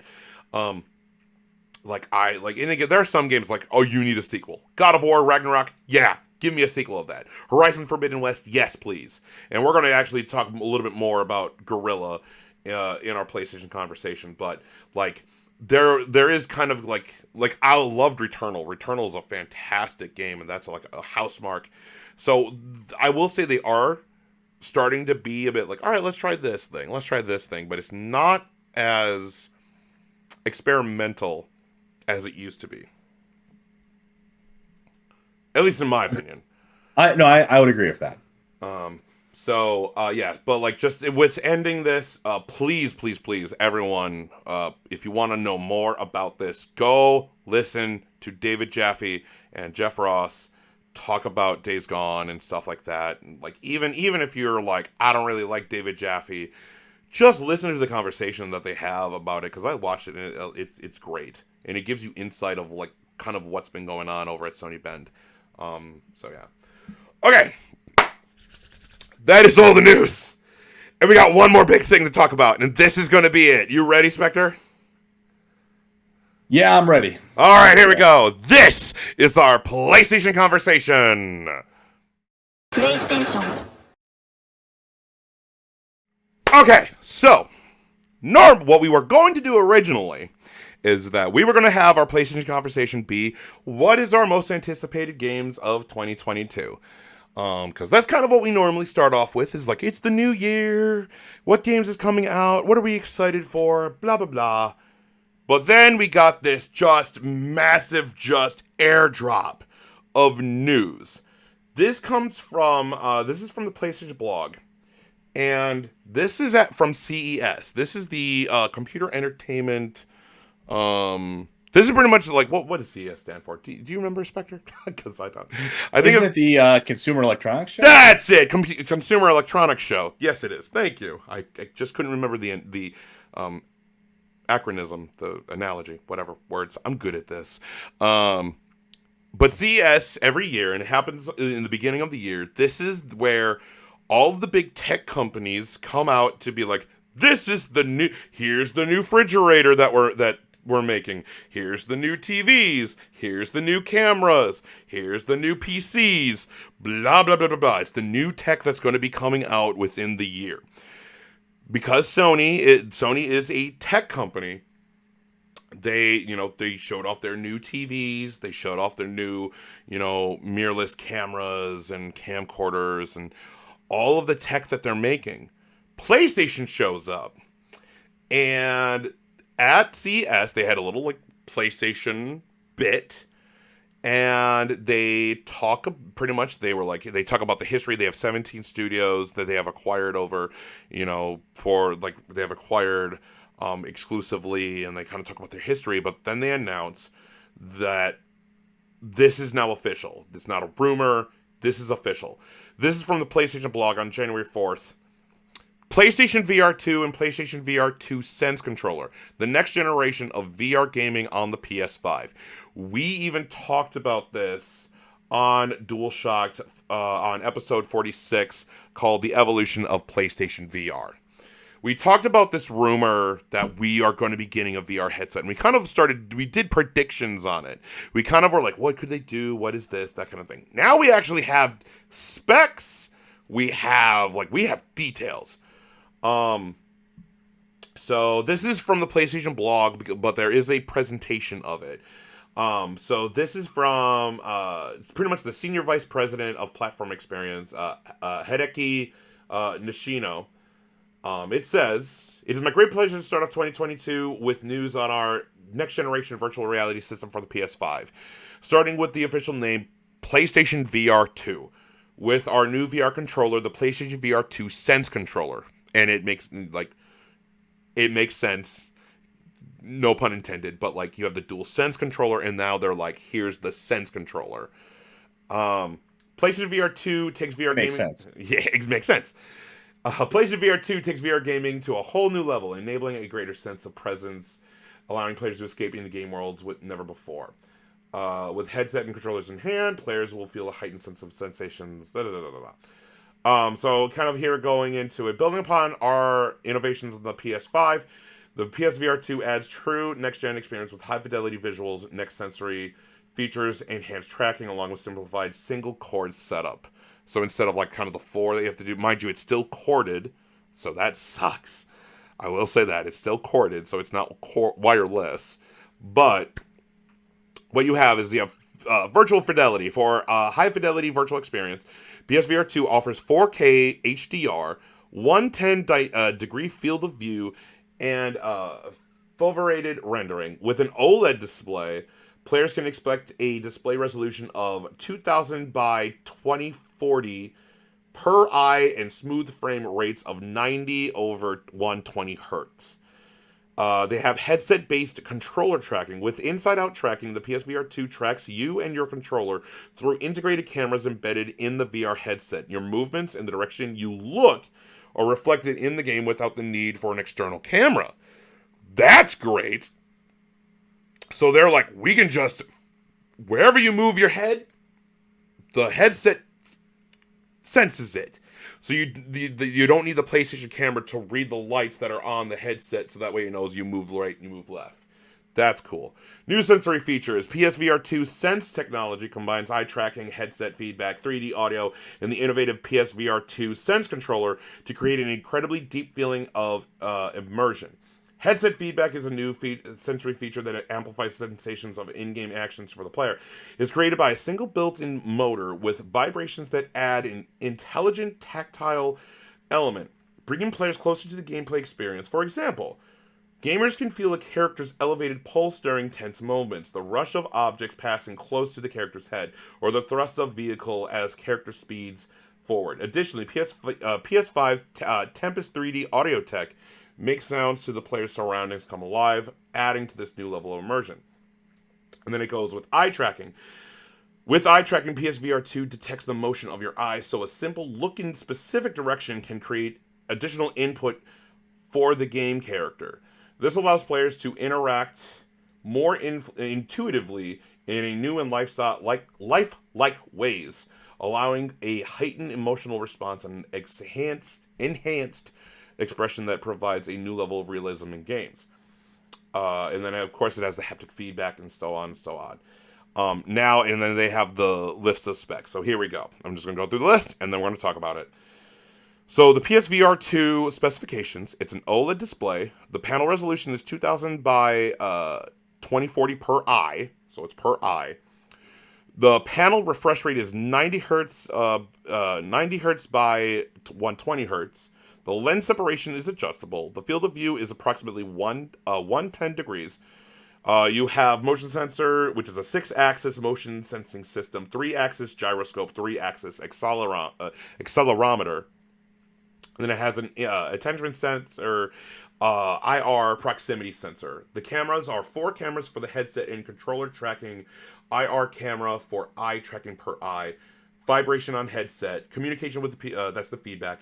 Communication with the PS5 is through a USB-C. The audio is input, built-in microphone, output, stereo headphone jack. And then the DualSense controllers is pretty much your normal buttons: circle, square, triangle, X, and then you have all the normal stuff. Let's see, the sensing and tracking, just like I talked about, the 6-axis motion, 3-axis gyroscope, 3-axis accelerometer. Capacitive sensors, finger touch detection, LED position tracking, trigger effects on the L2 and R2 buttons, haptic feedback by singular actuator per unit, USB-C port for that. Communication is through Bluetooth, and the battery is a built-in rechargeable battery. And there are pictures and stuff, and it kind of, the controller, the Sense controllers look like the controllers that you use with Oculus. Like I think people were like, this is the best way to go. We're using this now. All right, with all of that being said, what do you think? Well, couple of things. For one, what is the pricing going to look like for this? Exactly. First, we'll do predictions. I want to know what you think of just what I just stated. What do you think? We'll talk about price. We'll talk about that later. I want to know your opinion on what I just stated.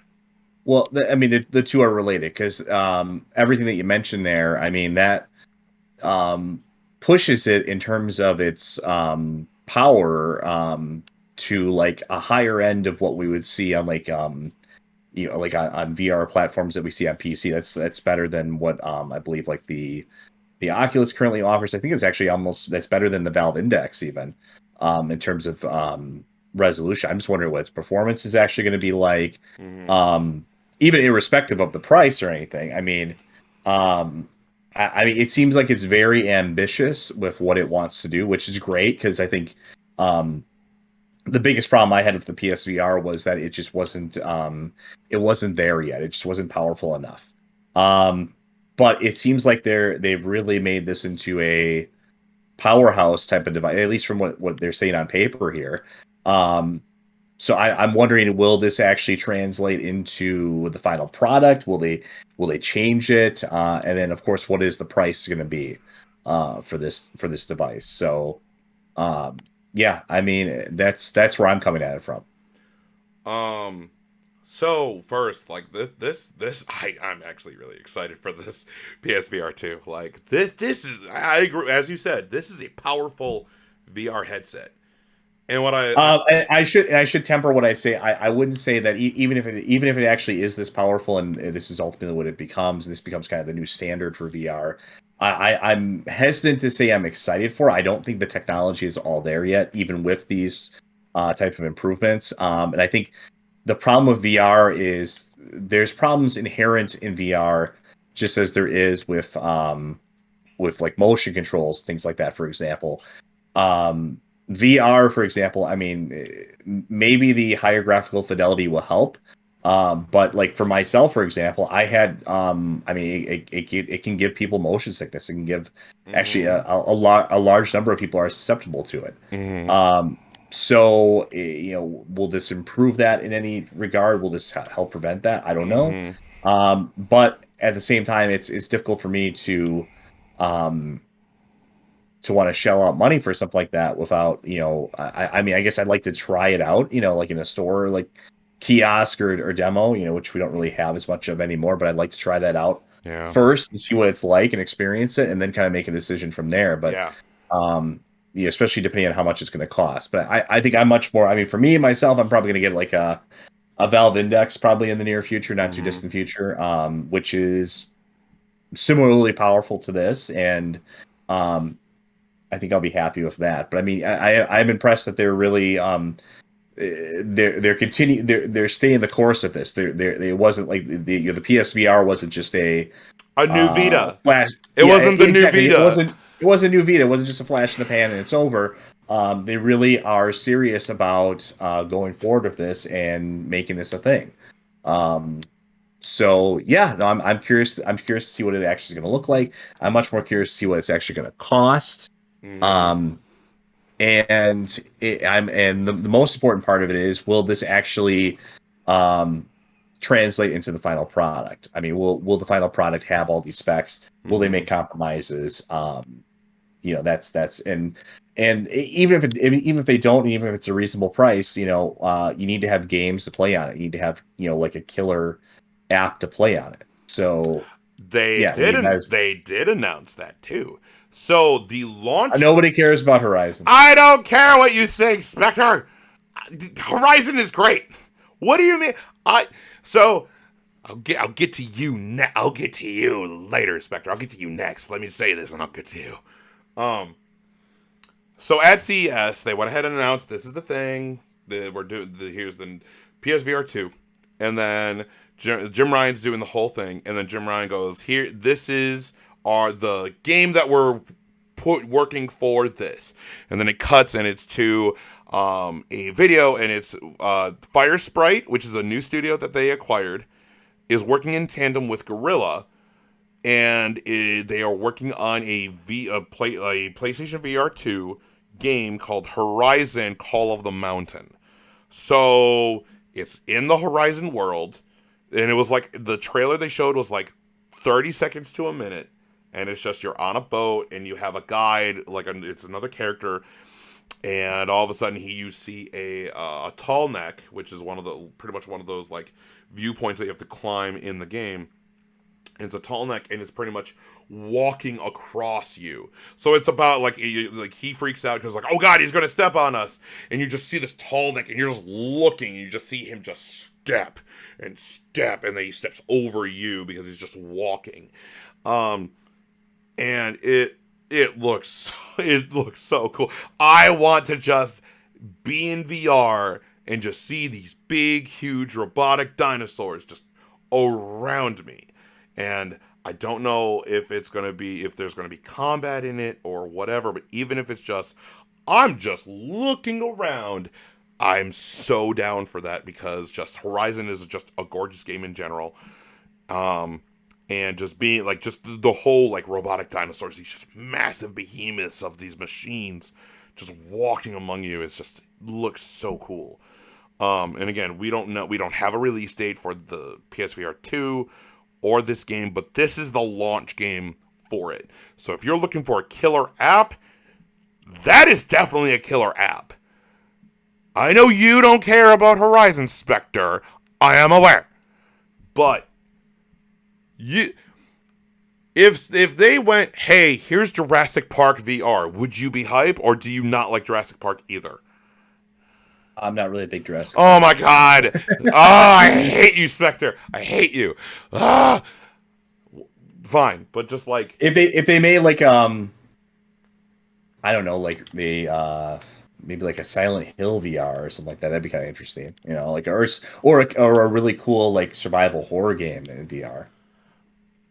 Yeah, no, I get you. I mean, like I will say, like it wasn't the launch game, but what really I think cemented the PSVR 1, the original, the one that you can buy right now, the one I have in my house right now, was Resident Evil Biohazard. You could play that completely in VR or not. And the VR mode was actually really pretty good. Like it wasn't, you know, sidetracked or, you know, half-assed or whatever. You're playing the game in VR as if you played it on a controller. And that, in my opinion, I think that solidified the PSVR as oh god, we can actually like do just here. You can either play this in VR or you can play this normally. Like, and that really cemented the PSVR. And like, look, the PSVR is very much like we have been indoctrinated, and we talked about this in the past episode, the evolution of PlayStation VR. We have been indoctrinated for years, decades, where it is just easier for us to just grab a controller, pick it up, and play. It is easier for us to go ahead and do this than go ahead. You need to go, okay, I gotta go pick up the headset, burn it on, and then turn on the game, and then like it is. There are more steps to do where I can just sit in my chair, grab my controller, press the PS button, and go. And that's the whole thing with like digital games. People like digital games because you don't have to grab the disc. You just sit down, turn on your system. I can find my digital game, done. It's a we are all about convenience. That's just kind of the human condition. But as a peripheral, as something to add to PlayStation, to its library, to the style of games that you can do, I love the PSVR. I love that thing. And I have stated multiple times, like, if people wanted to get a VR headset or whatever, when I think of virtual reality, I think video games. And in my opinion, now again, at the time, the PSVR was the most cost efficient, like, top line VR headset at that time. Because at the time, if you wanted an Oculus, you needed a high powered PC, and you had to connect it to the thing, and then you had to get the cameras, and you had to do the thing, and now they've made the Oculus Quest, which is wireless, and you don't have to worry about anything, and it just does it itself. So like there have been steps taken in advance in the VR spectrum to move that tech forward, because there is an audience for virtual reality. There is. And having the whole, like, yes, it's wired, and that does suck. I do wish that this was wireless. But I think the reason why they're like, we need this wired in order for us to do to OLED, 4K, high dynamic range, all of that stuff. If you choose wireless, you lose that because it's not because of the tech and like it needs to be wired in order to do that. At least that's what I believe. So that's why it's still wired. But like with all the like tech that they're talking about, what they want to do, this is phenomenal. I really do like this. And I whenever they announce the PSVR2, I'm gonna pre-order that. I'm gonna go ahead and play Call of the Mountain. Ooh, baby. I'm looking forward to this. So, with all that in mind, let's start predicting things. Now we kind of have a better idea of what this is, because when we talked about it last time, we were just kind of like shooting into the sky to like figure out what we thought they would do. And I think that there were a lot of things that we missed. We're like, what is this VR going to do? And what's the tech? Like, there was a lot of things that we missed. So now we know kind of the specs and what this is. Pricing wise, what do you think, Spectre? Well, obviously, I mean, there is a just like the PSVR, there was an added cost to it because I mean, obviously, you had to have a PlayStation to run it. So by default, this is going to, I mean, you have to add on that extra $400-$500 to whatever this thing costs. So, I mean, I think it's probably going to be, with the specs that they're talking about, it's going to be minimum somewhere between $300 to $400, probably at least. Maybe almost $500 based on what they're trying to push here. Mm-hmm. But I think if you get up towards those numbers, it becomes really a hard sell, unless it really just is that impressive. Unless they are really just that confident that it is, it lives up to everything, all the specs that we have on paper. They have on paper. Mm-hmm. So I don't know. I guess if it was me, I mean, we still need to know a lot more about. We know what comes what comes with it, what's materials, things like that. So I mean, we it's hard to really come up with like a price point, but I would say probably for the average Joe to be interested in it or even to consider it, for one, they already have to have a PS5, obviously. Yeah, of course. And then I think Sony's kind of banking on PlayStation 5 will be a little bit more readily available by the time this thing comes out. I will say, like, just side note, I will say PlayStation has been doing a better job than Xbox of getting PS5s out into the wild. They have been actively trying to they halted all production of anything that's not PlayStation 5. They've halted all production of it, and they are purely focusing on getting PS5s out. And there have been so many restocks of the PS5 at GameStop, at Target, at Walmart, at Best Buy. Like, there have been so many, where with Xbox it's been few and far between. You can go get a Series S, but the Series S, honestly, is very much a step. You're better off getting an Xbox One X instead of a Series S.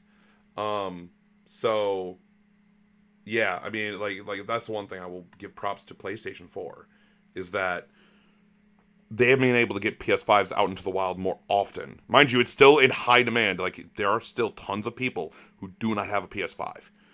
And it sucks. And that's because of the chip shortage, it's because of the pandemic, it's because of tons of other factors that weren't a thing before 2020. So you do have that, but again, you need to have PS5 in order to do it. Wasn't the PSVR, when it first came out back in 2016, I think it was 2016, 2017, wasn't it like 300? I think it was 300. I think it was about 300, and then of course we had bundles and stuff for it as well too that came out. Mm-hmm. So the other part of it too is what kind of controller interface will it take? Because the PSVR, of course, you had to use for some games you had to use the Move controllers.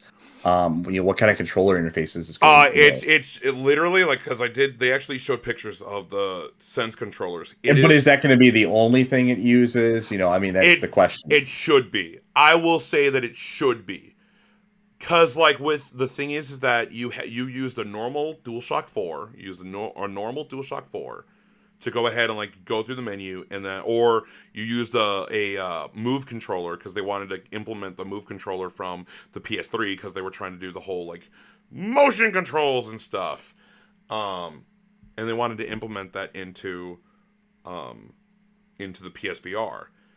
You could use the move controllers, but like there were like a good number of games where you just used the DualShock to do everything. So like you had two different controllers where I think with this, they're like the Sense controllers look like the normal Oculus controllers. Like the wraps around the hand and you hold it, and then you have like, here's your right, here's your left, all that kind of stuff. Those should be the only controllers. I don't need anything else. I don't need a DualSense in order to do anything. The DualSense is like, you only use that if you're not using if you're only using the PS5, you're not using VR. The Sense controllers, you use those if you're using the PSVR. That's what I would say. That's what they should. That's what they should do. Pricing wise, I would probably say that this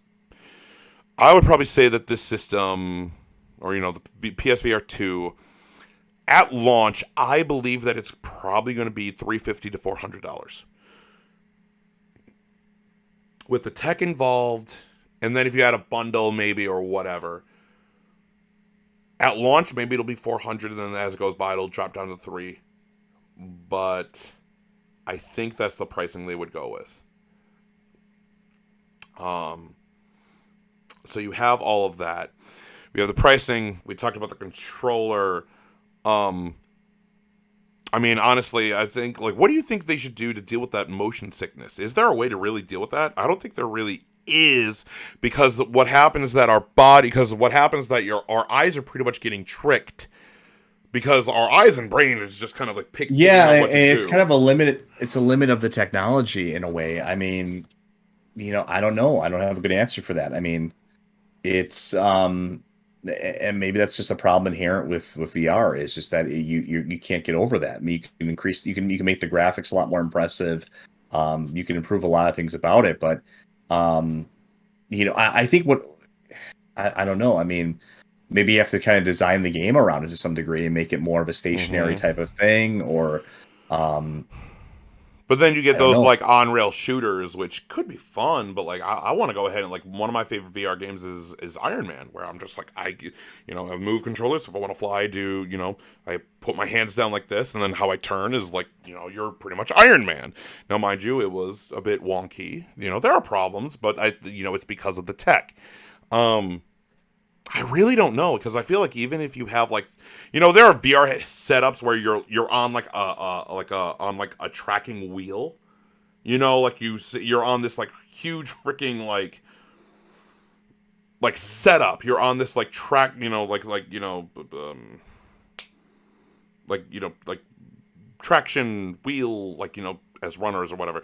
Like I've seen those. Yeah, but then again, I mean, and those are really cool, but there's the degree of practicality to it and cost, Exactly. I mean, it's just like, it's really cool to, for example, play a racing game when you have like a full like chair set up and like the a wheel and everything. Yeah. That's really cool and fun, but it also costs, like over $1,000 to do that properly. Exactly. And do people, I mean, hell, even an arcade stick to play a fighting game properly, I mean, that sets you back a couple $100, I mean, it's just, how is this going to get out to the masses, really? Yeah, and I mean, like, that's kind of like, again, I'm not talking about the setup, but I honestly do feel that, like, if you're on that kind of like big wheel and the setup and the traction, whatever kind of thing, you're still going to go. The other thing too is, I mean, the whole idea of consoles is kind of to keep things simple to some degree, course. And I'm not saying that's not going to happen. I'm just talking about, the motion sickness thing, because I think you would still even get motion sickness even if you're on this traction thing. I'm not moving. I'm still in one place. That's kind of the thing. So there may not be a way, because the whole with chemically how our bodies are working is that our eyes are seeing that we are moving forward. Like if you're Iron Man, you're flying in the air and you're moving, going up and down, but our body, physically, like our body isn't doing that. We are not feeling the wind hitting us. We're not feeling, or like if you're on a VR roller coaster, you know, you're not feeling your body doing the drops and then going up and then the swerves and all that stuff. So our body is getting tricked. Hence, like our eyes are seeing one thing, but our bodies aren't feeling it. So our brain is trying to figure out what it's going on. And that's not a bad thing. Again, like, look, it's about immersion. That's what a VR headset is that it's about getting immersed into this, you know, place. You are completely immersed because you have the headset on. You have no peripherals of the other plate of, like, just your room.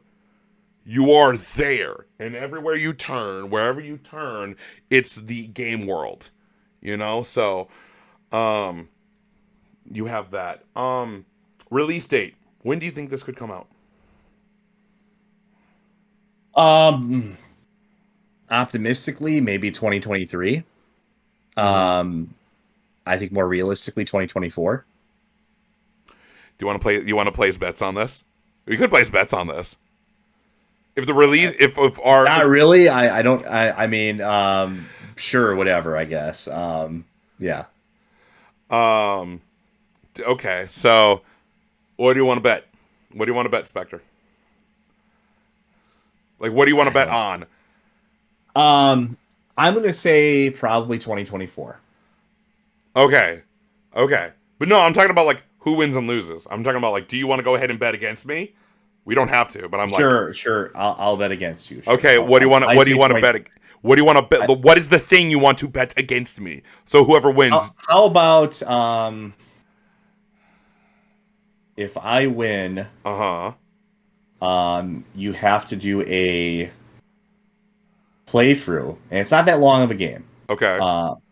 But it's a game I know you've never played, and it's out of your comfort zone. Okay. You have to do and I will supply you with a copy of it. Okay. You will have to do a playthrough of Silent Hill 2. Oh boy. Okay. That's the what PS2 version, right? Well, I'll have you play the PC version. Oh, okay. I have to play it on my PC. Okay. If you really want to play it on PS2, I guess I could lend you my copy. No, I get you. I just want to make sure of, like, I'm trying to remember when it came out. The PC version is the definitive version to play, though. No, I get you. I understand. No, I get you. Okay.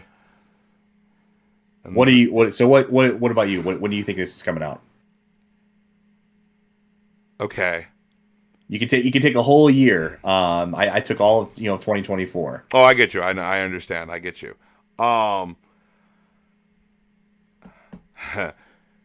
You've never played any of the Metal Gear games, right? I played a lot of them, actually. Okay. I played Metal Gear Solid 1, 2, 3, 4. I played a bunch of them. Because you you despise Kojima, don't you? Like, that is the guy that you just have a hate boner to, don't you? Yeah. That's the who do you hate more, Neil Druckmann or Kojima? I wouldn't say I hate them. I think Neil Druckmann's closer to the hate category. So what I mean by that is, like, I think Kojima. I think Kojima in a lot of ways is worse because he's so revered. Like, Neil Druckmann's revered in some circles, like by Sony fans, but Hideo Kojima is sort of like universally seen as like this grand auteur. I call him he's like the Quentin Tarantino of the video game world. He's very extremely overrated, and people are just enamored with him, even though I can't point to anything he's done that I think is of any quality. Okay. So I guess I have a more storied history of not enjoying Kojima. Okay. If I win, you have to play through Death Stranding. And you will have to play through Death Stranding. You do not need to do the side quests, just beat the game. And you have to do a legitimate review of it. Like, you have to review it without your biases and how much you do not like Kojima. and you have to just review it as if I've never played a Kojima game before, kind of. Yes, and you have to play it, and you have to go ahead and give it your legitimate, unbiased, like, I hate Kojima, blah blah blah. Like, no, you cannot do that. You have to review it as if you've never played a Kojima game before, all of that kind of stuff, and you have to play through it.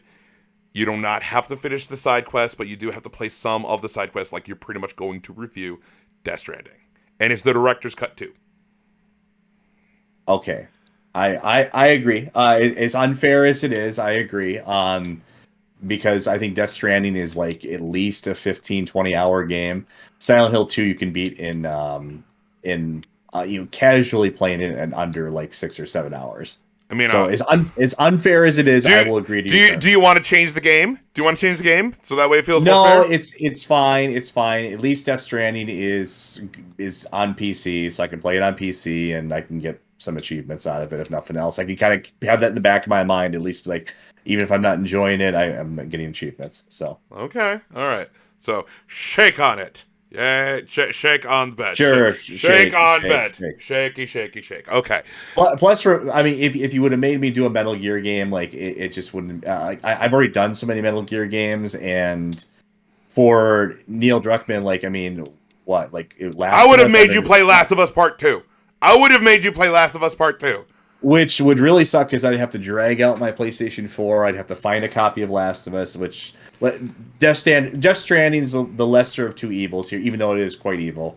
So because here's the thing. But even then, I don't intend to lose. I think I do think I am actually correct. I do think it is in 2024. 2024. Okay. Pricing. Yes. What? Pricing. God. It's pricing and year. Pricing and year? Come on. Yeah, it's pricing and year. Well, the whole thing. No. It's pricing and year. Whoever is the closest to it. So, like, for instance, let's say it comes out in 2023. If you go over in year, so like you say it's 2024 and you say it's 500. But let's say it comes out next year in 2023 and it's 300. And let's say, for instance, like, you have to be. We're playing Price is Right rules. We're gonna play. So it's close. $1, Bob. No, I'm just kidding. It's price, but so if you get one wrong, so like if you go over on the year, but you are close on the price. So if both of us guess wrong on the year, but the price is the same, or like the price is whoever is closer to the actual price wins. If we go over the year, if one of us gets the year right, but the pricing goes over or whatever, it's the combination of the two. Or whichever is closest to price and or year. Does that make sense? Kind of. I think I understand. So, like, for instance, if it comes out in 2023 for $500, or let's say this. Let's say it comes out in 2022 for $500.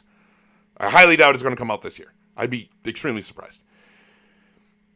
If I go, it's going to come out, you say it's going to come out in 2024, I say it's going to come out in 2023. But let's say if it in actuality comes out at the end of 2022.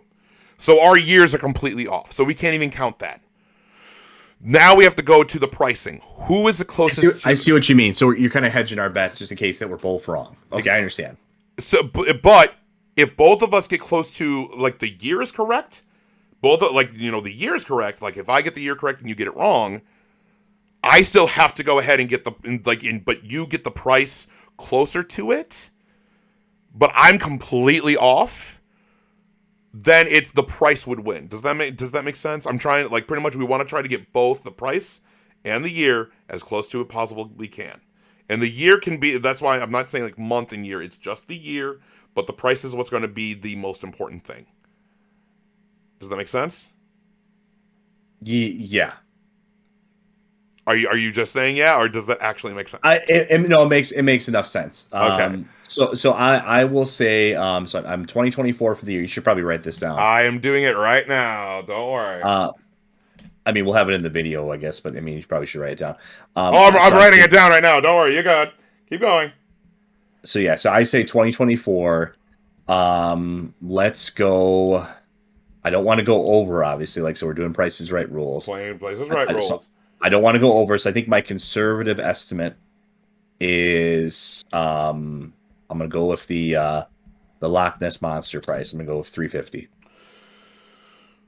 You said year 2024.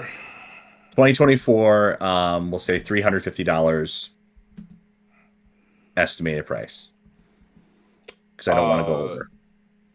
Now, are we going with bundle or just the VR headset itself? I think to keep it simple, let's just do the VR headset by itself. Okay. So for me, because who knows if there even will be a bundle. Mm-hmm. So for me, because they announced the thing this year, like they announced it exists.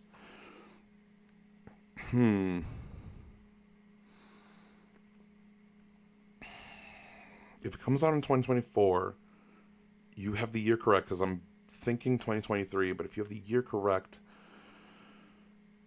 then we have to go to the pricing, and you already have a one-up on me on there. I couldn't match your year, but then we do the pricing.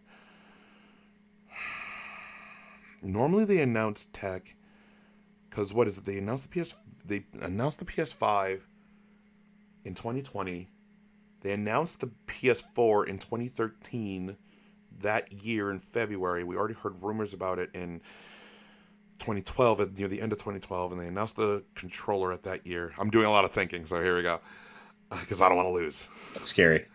Okay.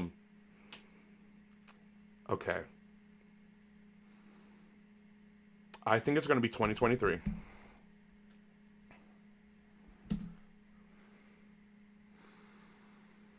The VR headset itself, at launch, I think it's going to be $400.